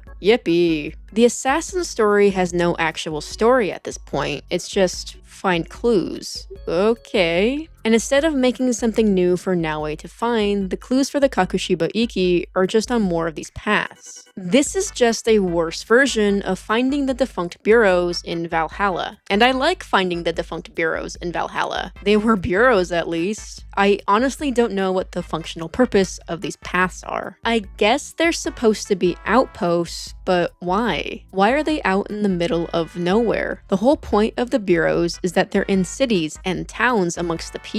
How are these outposts, and by extension the Kofuns, supposed to help the assassins know what the people need? Their bases are so separate from the people they're supposed to help. And the Kofun ones I just find odd. Why would assassins knowingly use tombs as bases of operations? It just seems a little disrespectful. The main point of the assassins is to help the innocent. Instead, the Kakushiba Iki is hiding relics for the Emperor. That's all we know the Kakushiba Iki did. Maybe they thought with the Japanese architecture it would be tricky to make bureaus, but I counter that point with kakuregas, which are functionally just bureaus. They're in towns, amongst the people, they hold contracts and refills, and just everything a bureau would do, except it just isn't one, for some reason. They're just random buildings, some even in burnt down buildings, which doesn't make much sense to me. Back to the paths. Having these as points of operation for the Kakushiba Iki also just seems odd. So many of these almost look like campsites even. If you told me these were for the Iki members to rest at while traveling, sure, I'd kinda love a tidbit of lore like that. But the problem is these are presented as the main establishments of the Kakushiba Iki. This is where Naue finds letters between different members, including her mother, and where she finds the other two tenets: hide in plain sight and always honor, never compromise. Wait, always honor, never compromise?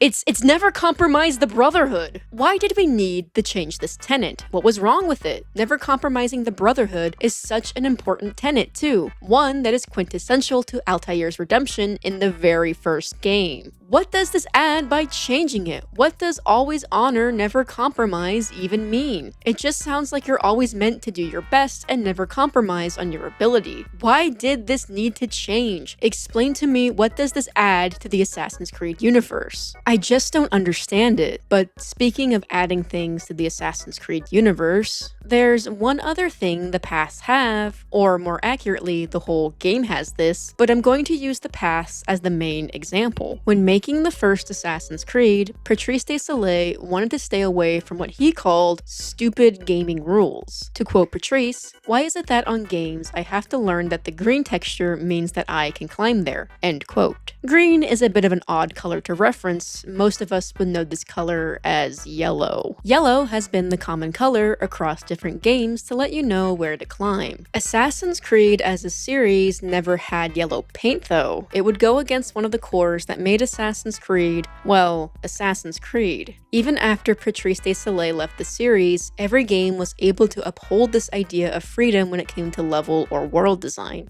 Can you then tell me why there is yellow paint in Shadows? Why? Why would you go against one of the core ideals that made the series what it is? Why does Shadows have yellow paint? The moment I saw the yellow paint in this game, my stomach flipped. I was stunned. The games have never needed the environment to be so dumbed down before. This is embarrassing. You're telling me you couldn't design an environment that was easy to read as to what was climbable versus not climbable? You know they had this figured out in 2012 with Assassin's Creed 3. Not everything was climbable in the Frontier, and yet things that were climbable were easy to read and didn't need yellow paint. The reason I'm complaining about this in the section about the paths, I know you probably forgot we were talking about the paths, but I put this rant here because the paths are the most egregious example. Rocks are painted yellow. There are yellow planks of wood in the trees. It all looks so goofy. You're telling me someone went out of their way to paint all this? I know in the game you can find an unalive NPC that has yellow paint next to him as if he was the one painting all this, which, haha, sure it's funny I guess, but like, why?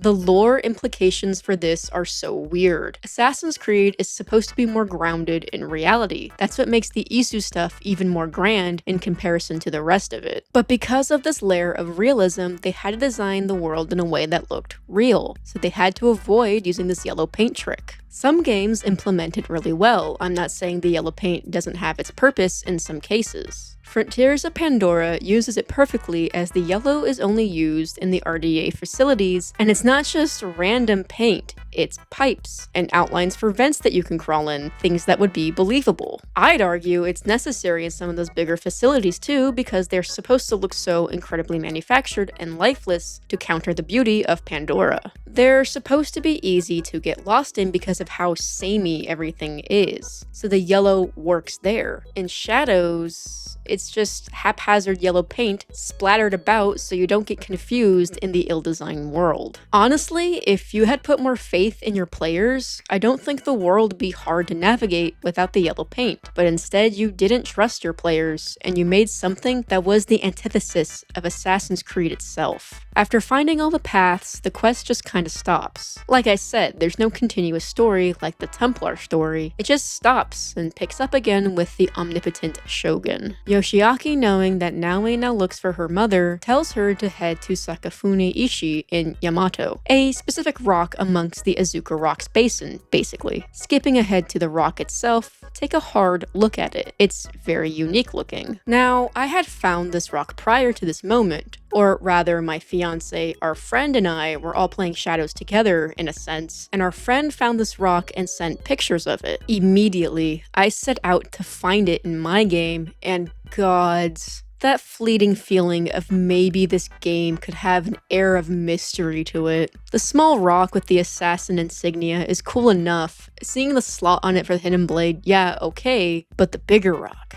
those markings, almost seems that perhaps it could be Isu in origin. I mean, since the first Assassin's Creed, we've known there's something in Japan. Even in Origins, we're reminded that there's some sort of Isu thing in Japan. Let's just say an Isu vault. That's a good catch-all term for these things. Of course, my theory came about before I figured out what was in the boxes. Considering how I started this section, you can probably guess how my theory turned out. If only they had used the original story the series had for feudal Japan, then they probably could have easily worked in this vault into the story.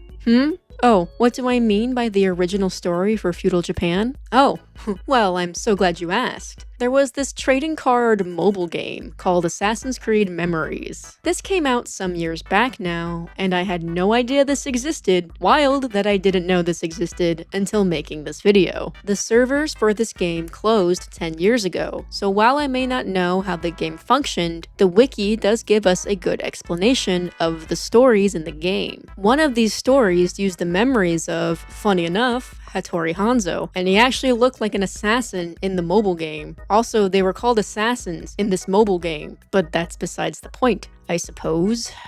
In this mobile game, the assassins were dealing with a piece of Eden, classic Assassin's Creed stuff. The piece of Eden was a sword of Eden, and at one point the sword was used by Nobunaga. In the mobile game, it said Nobunaga used this sword to conquer Japan, Nobunaga then losing the sword during the night of Mitsuhide's attack. The assassins in the chaos of the attack took the sword of Eden and gave it to Liu Yan, a Chinese assassin who then took it back to China. This came out before the Xiaojun comics, and yet meshes perfectly with them. Kotetsu was raised in China, so he would probably still be in good contact with Xiaojun and the Chinese assassins. Well, hypothetically, I suppose. But Quebec didn't bother with the wiki. They didn't either, 1, use this as an outline to flesh out a whole game, or 2, maybe just pick a less known time period in Japan for people to learn about. What's funny is that if you read the wiki, like Hanzo's page for example, the wiki almost tries to make it seem like both Shadows and Memories are canon. So, are you trying to tell me there's a more interesting story going on in the background of Shadows? Of course, reading Hanzo's page just gets confusing in general because it uses the name Kakushiba Iki to describe Naoe's group, but also says the Japanese assassins existed. Yet in Shadows, the assassins are just called Kakushiba Iki. The word assassin isn't really used ever. Wait, when you look on the wiki page for the Japanese Brotherhood, it said that they are just called the Kakushiba Iki, or sometimes called the Katushuo? Huh? Where did that one come from? Put another pin in this naming scheme. My point is, Quebec just ignored every bit of intrigue and established lore there was with Japan. And it sucks, for lack of better phrasing. To get back to the rock isn't the vault we were teased about since practically day one. The rock is just that, a rock. With that, let's get back to the assassin's story. Naoe approaches the smaller rock with the assassin crest and inserts her hidden blade into the very obvious hidden blade slot. Of course this doesn't work. Why would the obvious answer work? That's crazy. This is Assassin's Creed Shadows after all. So after trying to move the bigger rock on her own, Naoe sits down to have a pity party that lasts all of a second until she sits up and tries to center herself. She closes her eyes and... Remember.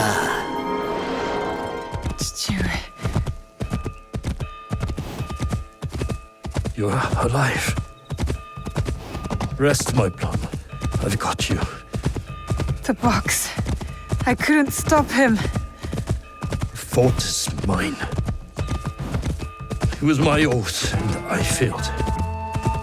I kept so many secrets for so long, never knowing if I should reveal them. Your mother left me with a heavy burden. To protect the box and to raise you.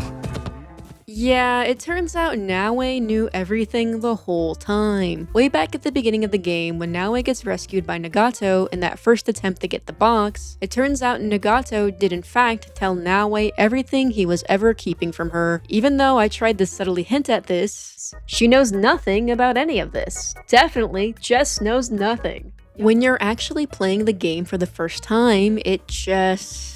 I'll be honest, I was actually mad. Let me try and piece my thoughts together for you. I know that in real life circumstances, trauma can cause memory loss. And I also know how I mentioned part of the appeal of Assassin's Creed is that real world groundedness it has. But when looking at this scene from a strictly storytelling perspective, this just sucks. I'm sorry, I don't know how else to say it. Throughout the game, you're meant to learn alongside Naue about the Kakushiba Iki, the box, her mom. You're learning with her, which is a good vehicle for storytelling, so what does it add to then have Naue suddenly remember everything at the very end of the game? This feels so meaningless. Also, again, this feels like out of order storytelling. What sort of gratification am I supposed to get as a player having this cutscene at the end of the game? I think having this cutscene play out at the beginning of the game when Naue was actually told the information would have been more meaningful. To see Nagato realize what keeping information from his own daughter has done than telling her everything I think would have meant more if it played out at the beginning. I think it would have helped Naue's drive. Maybe she could have continuously thought about this when that urge for vengeance crept up. Also, again, why are we learning new things about Nagato after you ended the character? I like to joke that Naue just needed to sit down and have a big think and all of her problems would have been solved, because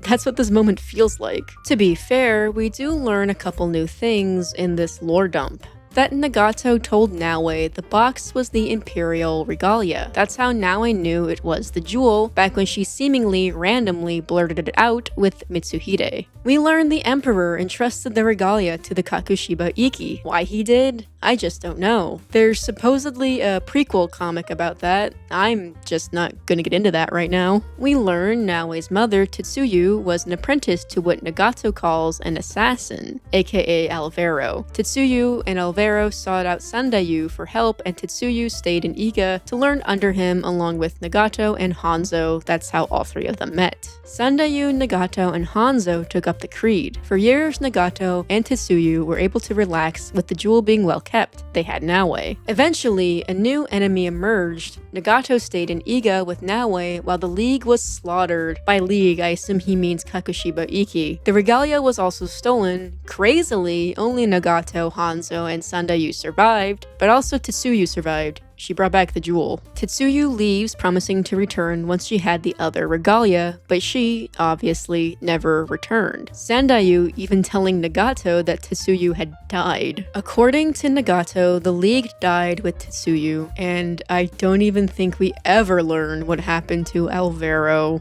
The song Nagato always played on his Tetsube was Tetsuyu's favorite song. One night he heard the song played back to him, and this convinced Nagato that Tetsuyu was still alive, ending all of this with saying they must now find Tetsuyu. It's a long lore dump, admittedly. Normally I don't mind a longer cutscene, but I honestly find a lot of the cutscenes grating in shadows, which is saying something because Nagato is probably one of the few characters I actually like. It's probably why I'm frustrated we didn't get his story moments told in order so we can bond with him more and really get to feel that impact with Naue. But whatever. We get clarifying details, that's the important thing. This makes Naue remember the song her father mentioned. So she pulls out her Tetsube and...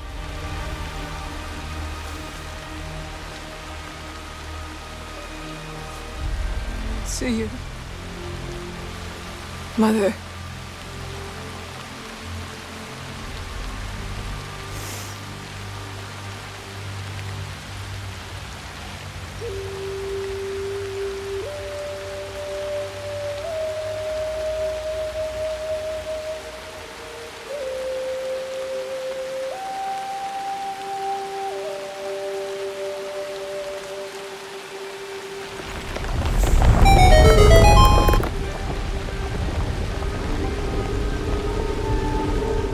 I'm sorry, what? Why did the rock move like that? What's it connected to? That was so unnatural. Isu doors move with more believability than that, and the Isu made mind control orbs. This animation haunts me. I don't care what you think. This is just, well, it comes off as lazy to me. Also, how does sound open it? Again, this isn't Isu in nature, it's just a cave, or perhaps another occupied tomb. Point is, it's not Isu, so it should not be activated by sound? Why couldn't the hidden blade just work? Why are we making the story just extra levels of convoluted? I don't care if this is a nitpick, because think about it. Try to see my point. Her playing a song to get a normal rock to move in that manner just took me out of the moment. What little moment there was after Naue suddenly remembered her dad's lore dump. Whatever. She heads in and yeah, it's like what I already gave away. It's no vault, it's nothing Isu, it's just another Kakushibaiki hole. I guess in this case, it's a vault made by man because this is where the boxes go. So there was the Kofun and Setsu that originally held the boxes, that's where the boxes were stolen. We see the remains of all the fallen League members.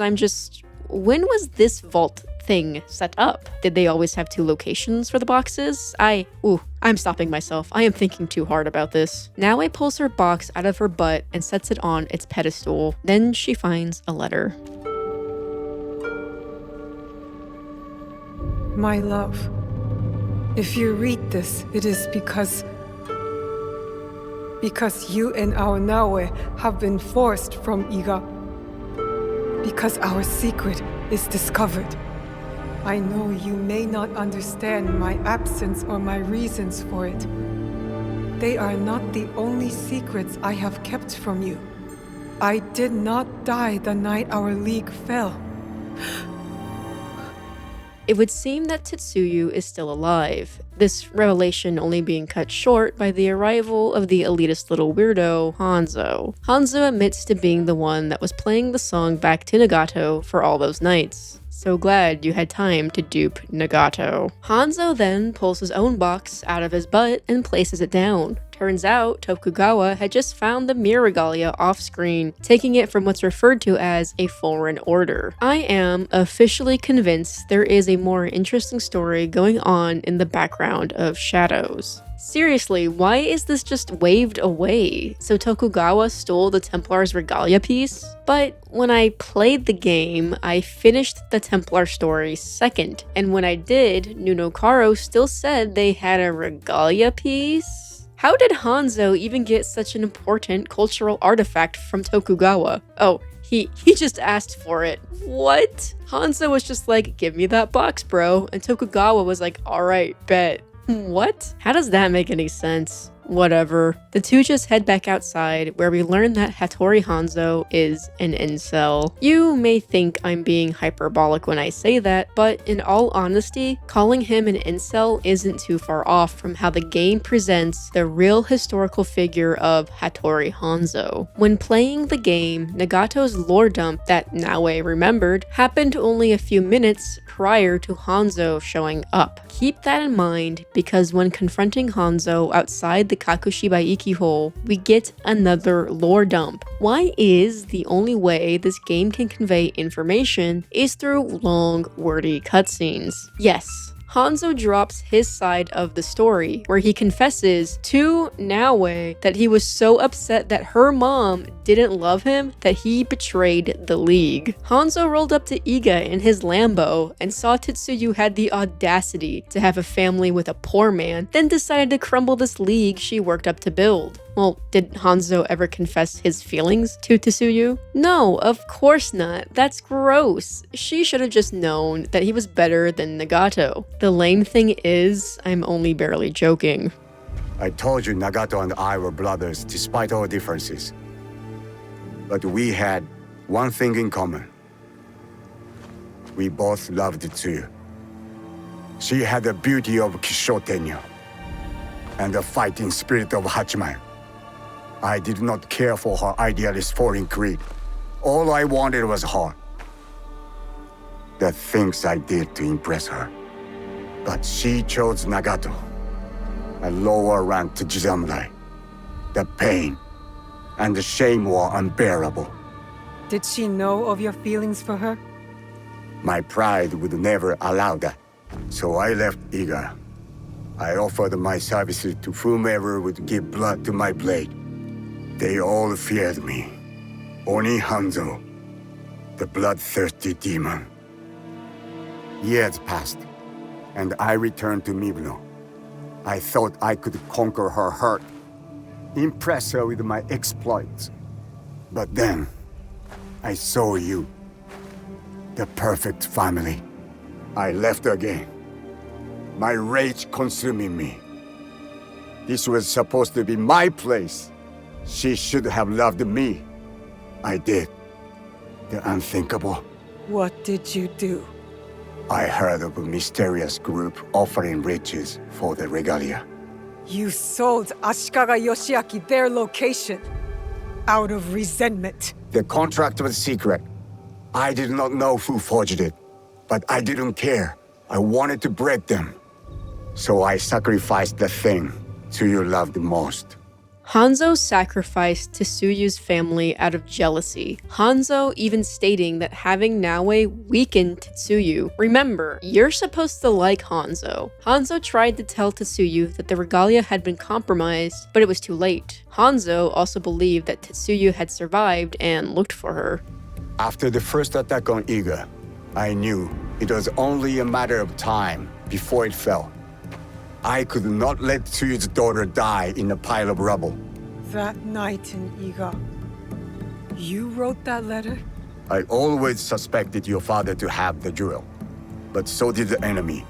I offered you both the protection of my lord, but when Nagato refused, my options were few. And the Shinbakufu got to us first. I am sorry your father died. I tried to save you both. Hanzo tried to fix his mistakes, sure, but here's the thing. Hanzo compromised the Brotherhood. I am fully convinced they wrote this part of the story, realized that Hanzo compromised the Brotherhood, then changed the tenet so Hanzo can still be around. So originally, Hanzo was a dedicated assassin, true to the creed, and Shadows just retconned him to be a weird elitist that doesn't care about the creed at all. Great. Fantastic. So after learning everything Hanzo had done, after learning Hanzo betrayed the League because Tetsuyu didn't love him, after learning Hanzo is the reason Naoe doesn't have either of her parents, the non-canon run of the game gives you the option to either forgive or attack Hanzo. Channeling every lesson I've learned from past Assassin's Creed games, remembering how not to harbor hate in your heart, I know what option I must pick. Enough! I want justice! Perhaps I deserve death, but not by your hand, and not now. You don't get to decide that! As you wish. But I will not die before I know Tsuyu's fate. We can find out together. Please. I'm sorry, did I not already decide to attack this man? Why is the game double checking with me right now? I am not going to change my mind.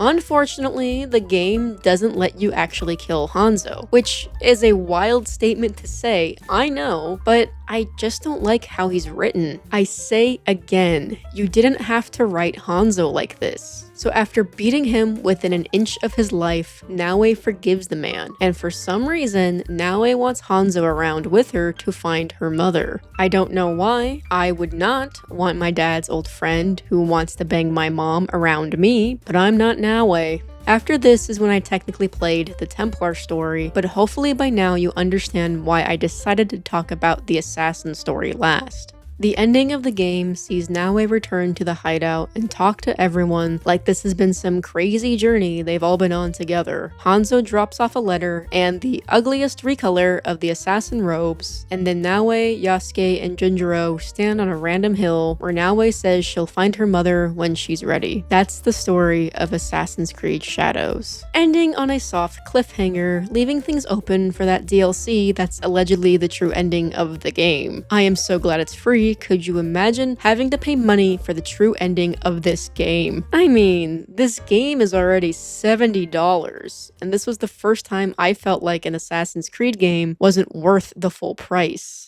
I suppose now is the time we unpin all those things I said to put a pin into and break down my issues with the story as a whole. Keep in mind, this is all my opinion, but this game never felt like an Assassin's Creed game to me. It never hit like every other Assassin's Creed game has for me, and I've been a fan since 2009. I'm a fan of both old and new Assassin's Creed, so this isn't even a case where my nostalgia is blinding me. When playing Shadows, it just felt like those making this game really wanted to make a samurai ninja game, stressing hard on the word ninja too. They wanted to make this samurai ninja game, and then at a point remembered that this was an Assassin's Creed game, then quickly shoehorned in the Assassin Templar stuff. I don't know why else the Templar story and the Assassin story would be not only so separate from the main game, but so separate from each other. It would explain why the Templars are underbaked. It would explain why the Assassin story has hardly any substance.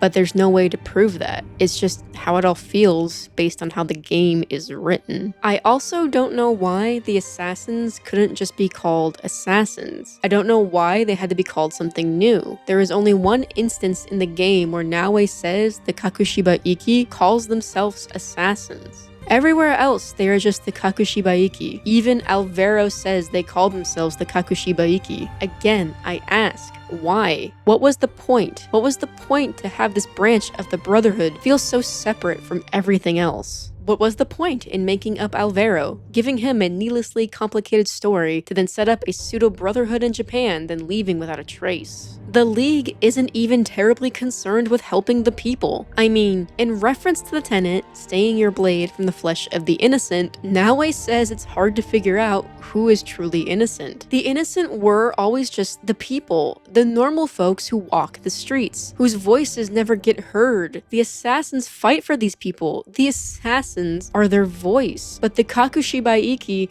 rather work for the emperors and keep allies that are still unquestionably loyal to their corrupt daimyo. The Kakushiba Iki are not assassins. The wiki may say that's just what the branch in Japan is called, but to me, the Kakushiba Iki never felt like assassins. They were just shinobi with hidden blades, which was what I was worried about if they ever did a game in Japan. The story doesn't even feel like it has an overarching theme like Mirage with trauma, or Valhalla with self-discovery, or Origins with grief, or Odyssey with forgiveness. Speaking of Odyssey, it's funny how that game still feels more Assassin's Creed than Shadows. Odyssey had overarching themes we see in other games. The humanity being cyclical, we play as Cassandra, the eagle bearer, and eagles being the animal of the assassins. The assassins have always had an eagle motif. On top of that, Cassandra worked to take out the cult of Cosmos that had a snake motif, because eagles eat snakes. The cult of Cosmos, feeling like another order of ancients, and the order of ancients sort of lead to the instruments of the first will, and I could go on, but tell me, where are these motifs? Where is this symbolism in Shadows? The hidden blade and robes are there, but they have no meaning to them. They are just there because they have to be. You could have written anything for your Assassin's Creed game in Japan, but it felt like you were so wrapped up in the setting being Japan that you forgot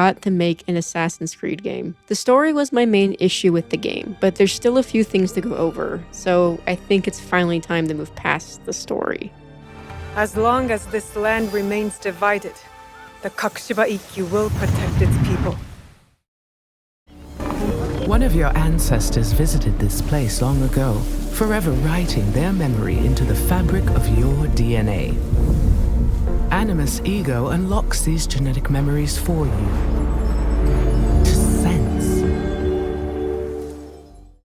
Was there even a modern day story? I'm joking. Sort of. Instead of ranting and raving about what the modern day could have or should have been, I think I can summarize all my feelings by playing this clip from another video of mine. Shadows will still have a modern day story, which is exciting. Now we have Basim as a modern day protagonist. And me being the biggest Basim fan, I am just so... Wait, what's that? Basim isn't a part of the modern day story. They ask you how you are, you just have to say that you're fine when you're not really fine, but you just can't get into it because they would never understand. Okay, cool. Sad? I'm not sad.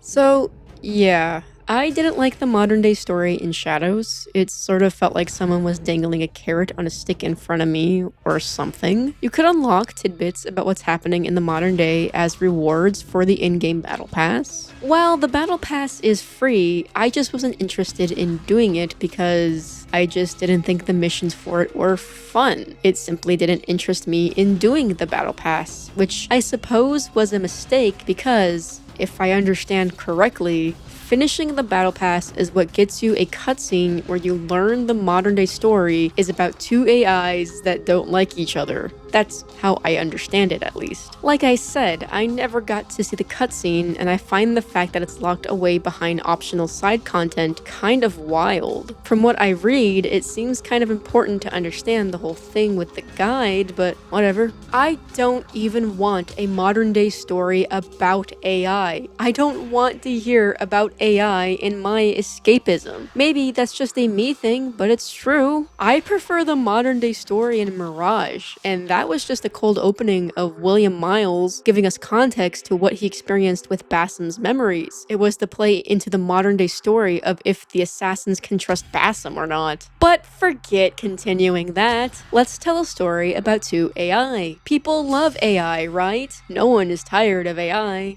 I really don't have a lot to say about the modern day story. There really wasn't a lot to it. It's just an AI telling you how much they admire Yasuke and Naoe. In fact, I really don't know why we're looking at Naoe and Yasuke's memories. I don't think the context is ever given to us. Let's see. The context for looking at specific memories in the Animus is given to us through the modern day story. I don't want to spend too long talking about the allies, mostly because I didn't like any of them. I also didn't use any of them in my gameplay. I didn't feel like I needed the allies, but that's not the point of this section. Each ally gets their own quest. Some allies are involved in the main story, like Yaya, Katsuhime, and Ginojo. I find it a little structurally odd to only have some allies in the main story and the rest not. Then again, that wouldn't be the only odd choice with the allies. Let's run through who we can recruit. We have Yaya, who was a monk and plays the sumo wrestler sort of role. She is annoyingly self-righteous and only seems to talk about her dead husband. We have Katsuhime, arguably the best ally by default for simply not annoying me. She uses a teppo and is a romance option for Naoe. And because I wasn't sure at first who all of Naoe's romance options were, I did romance Katsuhime because the two had cute banter with each other. I can never talk to her again as Naoe for reasons I'll get into later. There's Oniyuri, the poison expert. Her laugh is incredibly annoying.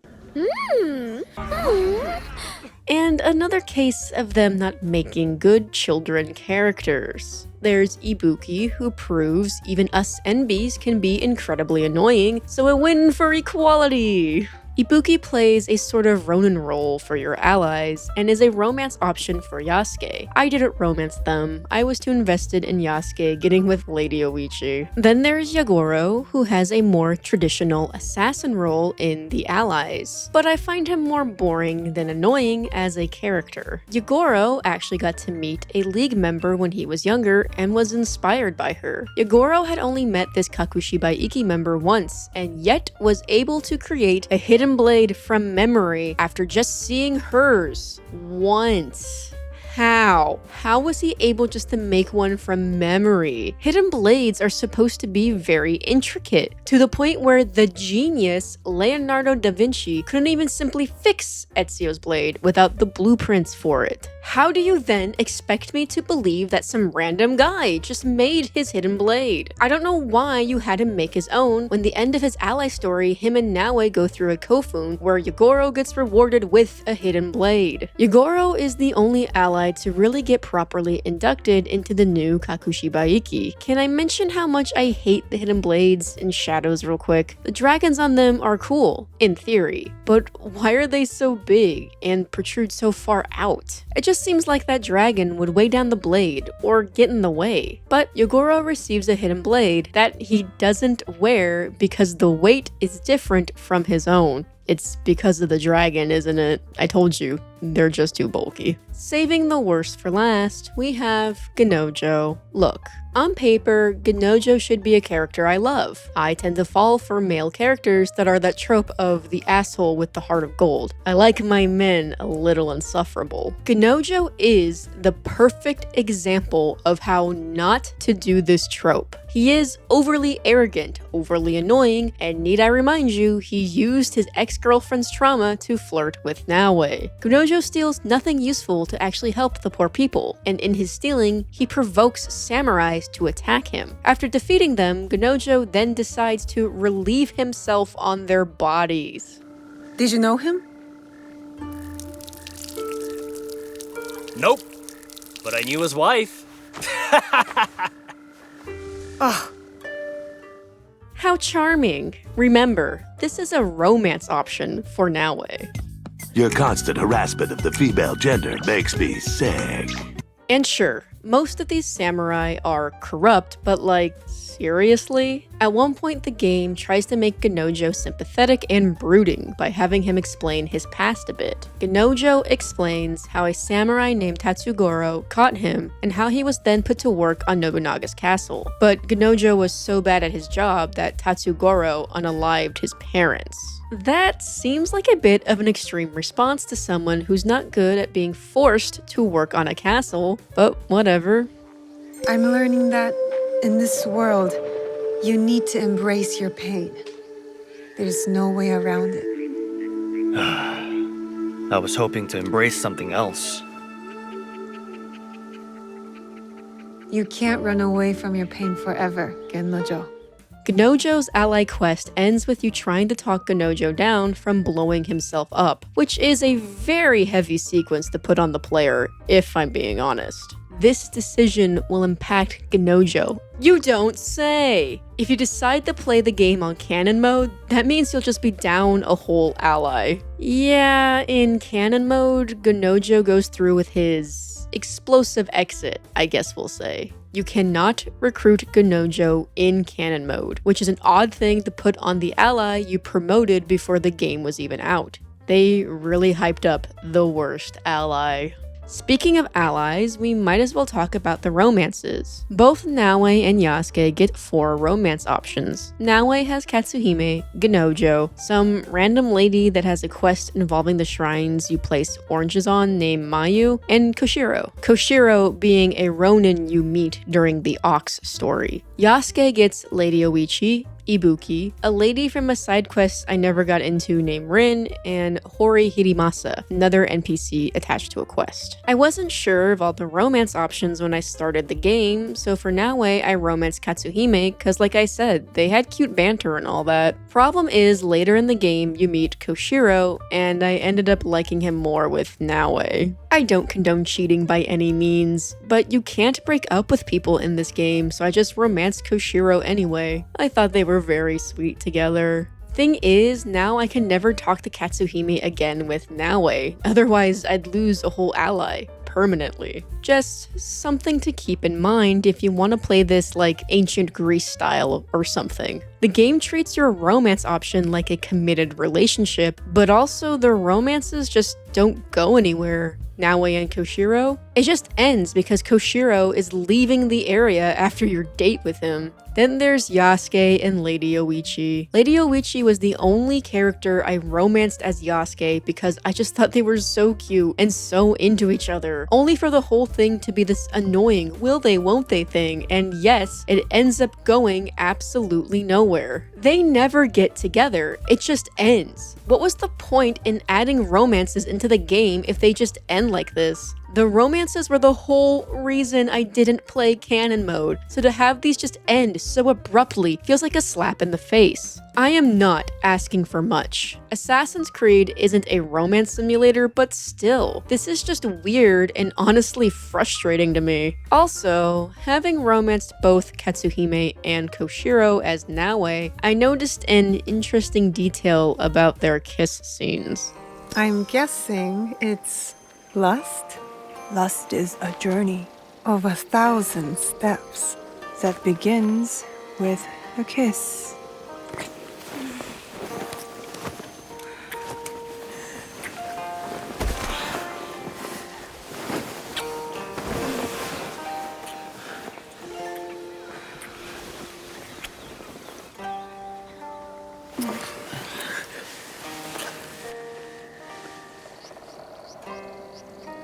It is said that presenting a woman with a hairpin is a show of fondness and affection. It's lovely.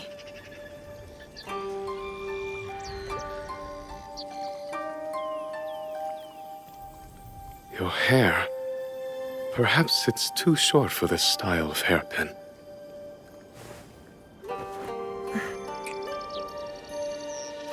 Then I'll keep it close to my heart until it grows. You've caught me off guard. You didn't stand a chance. No, I never did. I don't like accusing anyone of being fetishy or malicious in any way, but having the two girls roll around while the boy and girl just fades to black is kind of suspicious, and I'll just leave it at that. Despite what this video would lead you to believe, I don't like being negative. I made this channel to be a positive force in the Assassin's Creed community after getting recommended too many negative videos and after seeing people spread misinformation about the series. To be honest, at some point I got kind of burnt out making this video because I was constantly interacting with something I didn't like. Every day I wake up! I don't know how people do this for a living. I'm getting exhausted just doing this with one game, and I didn't even talk about how the world in this game feels so empty. There really is nothing to do in the world. The side content are things like hitting buttons in a specific order, or collecting scrolls, or just hitting one button at 3 points in a shrine to watch the same animation over and over and over again instead of learning about the shrines. You learn about shrine practices once in the story, but if you want to learn more about Shintoism, you're just out of luck. I could have talked about how you know when you can interact with an NPC out in the world because they have designated spots next to the roads. This leaves out any sort of fun of stumbling into something like a world event or side quest. I could have talked about how the game is designed for you to stay on the roads, how the devs strictly wanted you to stay on the roads, meaning there is no sense of exploration or discovery. I could have talked about how Yasuke feels like a last-minute addition as a main character. He can only fight. I know Naoe is the stealth character and Yasuke is the brawler character, but Naoe has good combat. She can also climb, something Yasuke can't do, meaning you can't complete some side content with him. Yasuke was made only to do one thing, while Naoe feels like a complete character with stealth, climbing, and combat. The game has no social stealth or even factions to interact with to aid your missions. But if you like Naoe's stealth, then good news, it's the same stealth as Mirage. Only Naoe can go prone, I guess. It may be my bias because I love Mirage, but it does feel like the stealth is better in that game because the game was built around stealth rather than a game that tries to accommodate both stealth and brute force. Let's see, what else? I could have talked about how stiff and lifeless the animations are, which I hate saying because I know all the hard work that goes into stuff like that, but this is the first time I've noticed it, and noticed it in excess. I could have talked about how much I hate Naoe's hair, how it's loose and falls on her face, which seems so impractical, especially when you compare her to our other female leads who manage to keep their long hair out of their eyes, how it looks like they're always ready for a mission. I could have talked about how there are no side missions, it's just this overabundance of leagues that you need to end, how every time I got a new circle on that quest board I grimaced. I'm not sure who decided that the only thing I wanted to do in this game was to put a violent end to so many different leagues. This game is Assassin's Creed, not Murder Creed. Also, did you know you can just stumble into finding these different members before starting their quests properly? One of these quests is started by finding a note on the ground. I wish I was kidding. So many of these other leagues felt so inconsequential to everything, though I did like the yokai one. That one was fun and different. I could talk about how every single quest marker, whether it's story or side content, is the exact same turquoise marker, meaning sometimes you may accidentally do side content thinking it's part of a main story just because the side content happened to be close enough to where you needed to be for the story. Happened to me like twice. I could talk about back ejects, a staple piece of gameplay for the series, was added in a patch later after the game came out. They then proceeded to act like this was a new thing to the series. The amount of times I tried to do back ejects as Naoe, only for them to finally add it in after I finished the game. To backtrack to the stealth, I could have talked about how for every new stealth mechanic they added, I really didn't get to use it. I didn't find myself needing to go prone in the water too much. I didn't find the need to use icicles to make distracting sounds. I didn't even find a lot of nightingale floors or really find the need to hide on the ceiling very often. I could have talked about the servants and how for the first time it is encouraged to end innocence. You don't have to. I always knocked them out if I had to, but still. The servants are normal people, just trying to do their job. And the fact that you called them servants, then gave us the option to end them, just leaves a weird taste in my mouth. I could have talked about how, in one cutscene where Naoe and Yasuke are talking, Naoe makes fun of the clothes Yasuke wore when arriving to Japan, even though she never saw him in those clothes. Ever. Naoe met Yasuke in his samurai gear. I don't know how that one slipped through.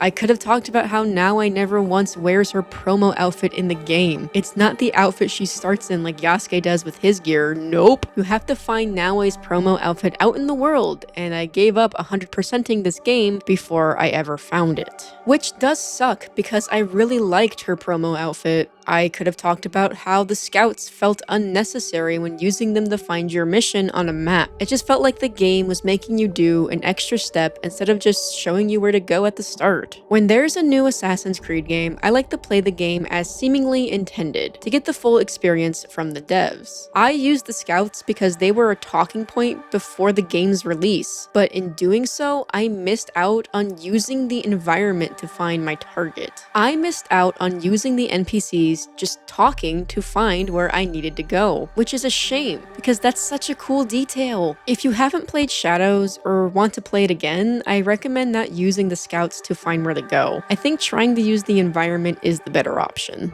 I could have talked about how even after reaching the end of the game, I still don't have a good idea on who Naoe and Yasuke are as characters. So much of this game just feels like things happening to them without either of them getting a moment to sit and reflect. They are ideas of characters with vague notions that they believe in. They are not interesting enough characters to carry a game. I wish they were though, because their vague character traits could have really led to something if you had let them develop.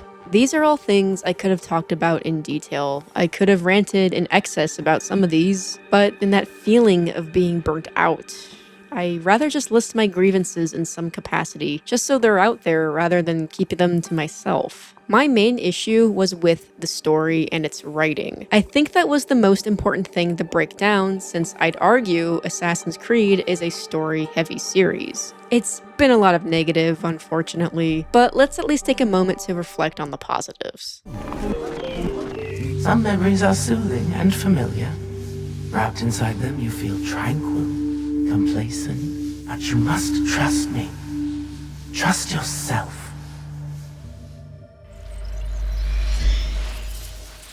Before we conclude this video, let's try to balance things out a bit and talk about some of the things I actually liked in Shadows. At first, I was excited to hear the flight return for the music. I absolutely loved the music in Odyssey. It's one of my favorite Assassin's Creed soundtracks. I was ultimately disappointed with their work in Shadows, but I loved all the other music in Shadows, including work by the band Teka Teka and a music production team, Thunderdrum. Every time their songs came in for a cutscene, it was awesome, I won't lie. Both teams did an excellent job. Their music was so good and really hyped up any cutscene it was used in. I loved that this game had baby animals in it. That's new to the series and a very welcomed addition. I love the customization of the weapons. I wish we could have done a little more with the bow. I think of, again, Frontiers of Pandora for an example of changing out things like the string and grip, but ultimately I loved how customizable the weapons were in general. I hope that makes a return. I do hope that in future games the outfits are more customizable like they were in Unity, Valhalla, or Odyssey. I love having a bit of fashion fun, but the weapon customization is a big win. I also love the different saddles for the horses. I kind of hope that gets expanded on in the future with maybe more options or something. Speaking of the horses, I loved the amount of horses there were. There were so many horse options. Some were subtle, but I loved it so much. I loved all the different horses, though I do kind of miss the different mount options that were more grounded, like in Valhalla. The Kitsune and dragons in Shadows were too fantasy for me personally. I really loved this cutscene. Did you get the letter? Yes, but I can't understand the code. Could you read it? I'm still learning, but let me try. Your arguments. So much I do not help. I meant read it out loud. To me. Oh, sorry. It gave me a little laugh, along with this one. Good morning. Have you seen Nawe?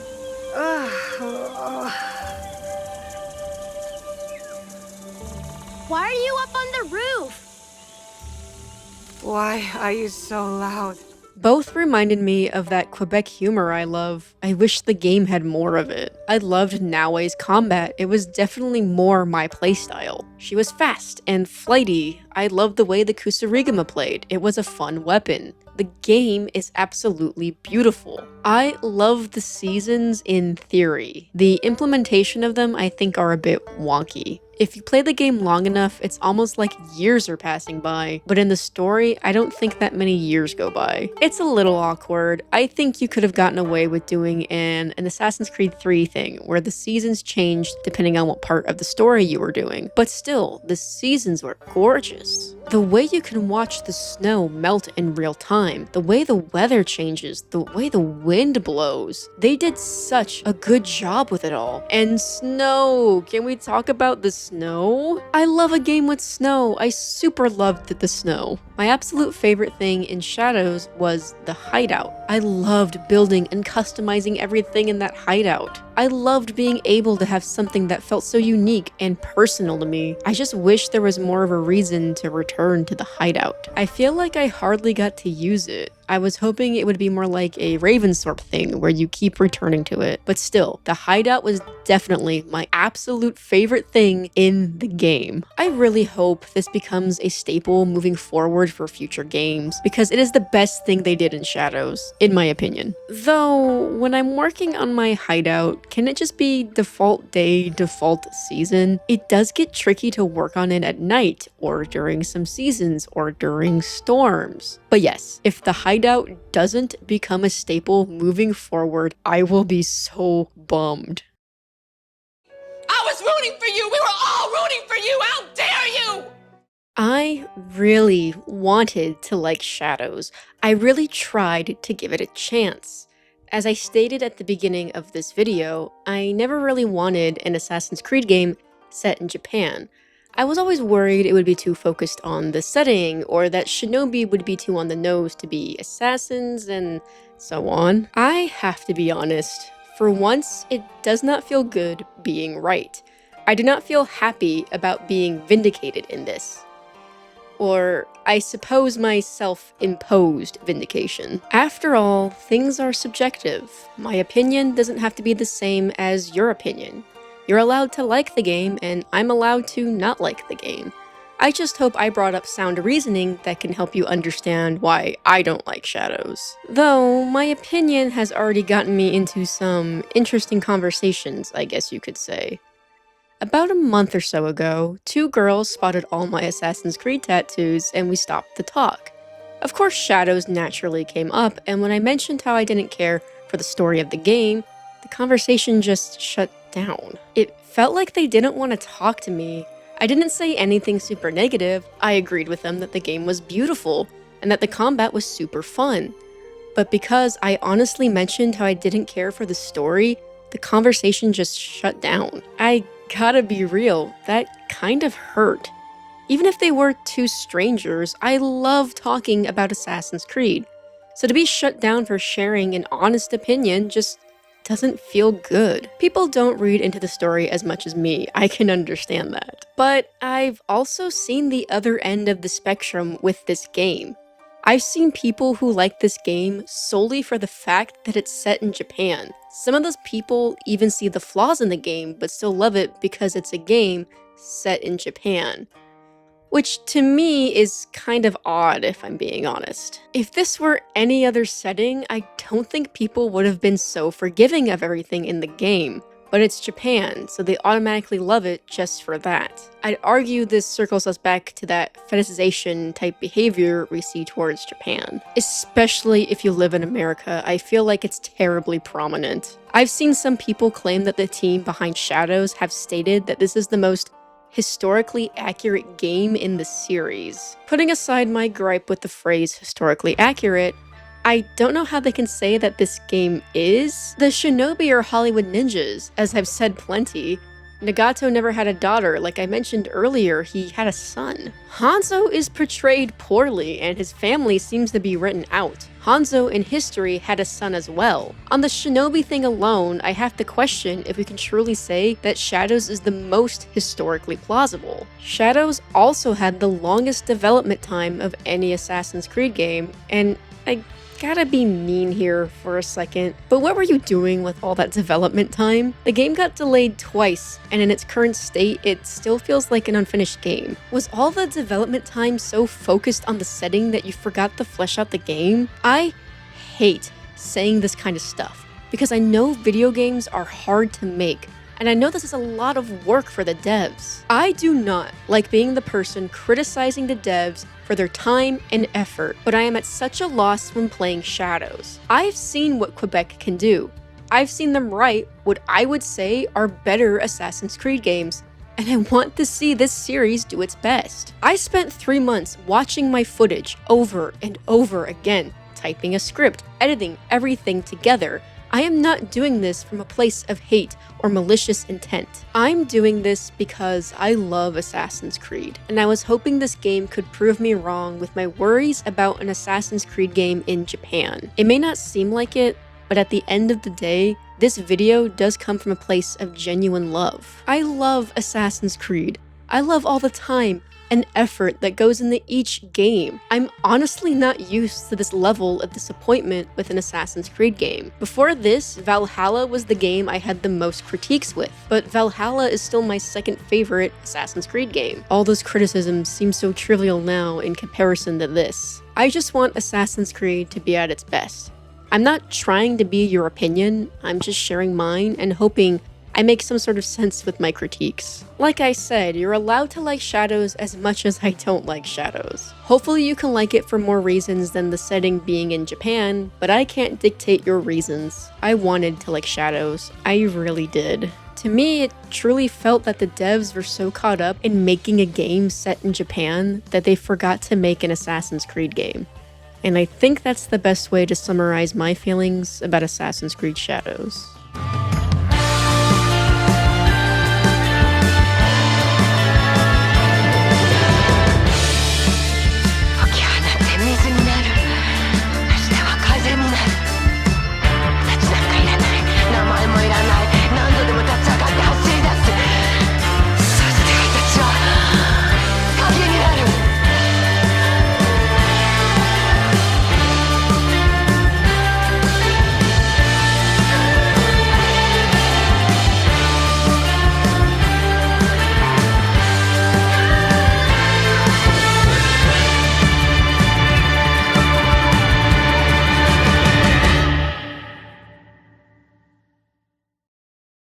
Thank you so much for watching. I hope you enjoyed your stay at the Bureau, and I hope I'll see you around for the next one. Goodbye. For now.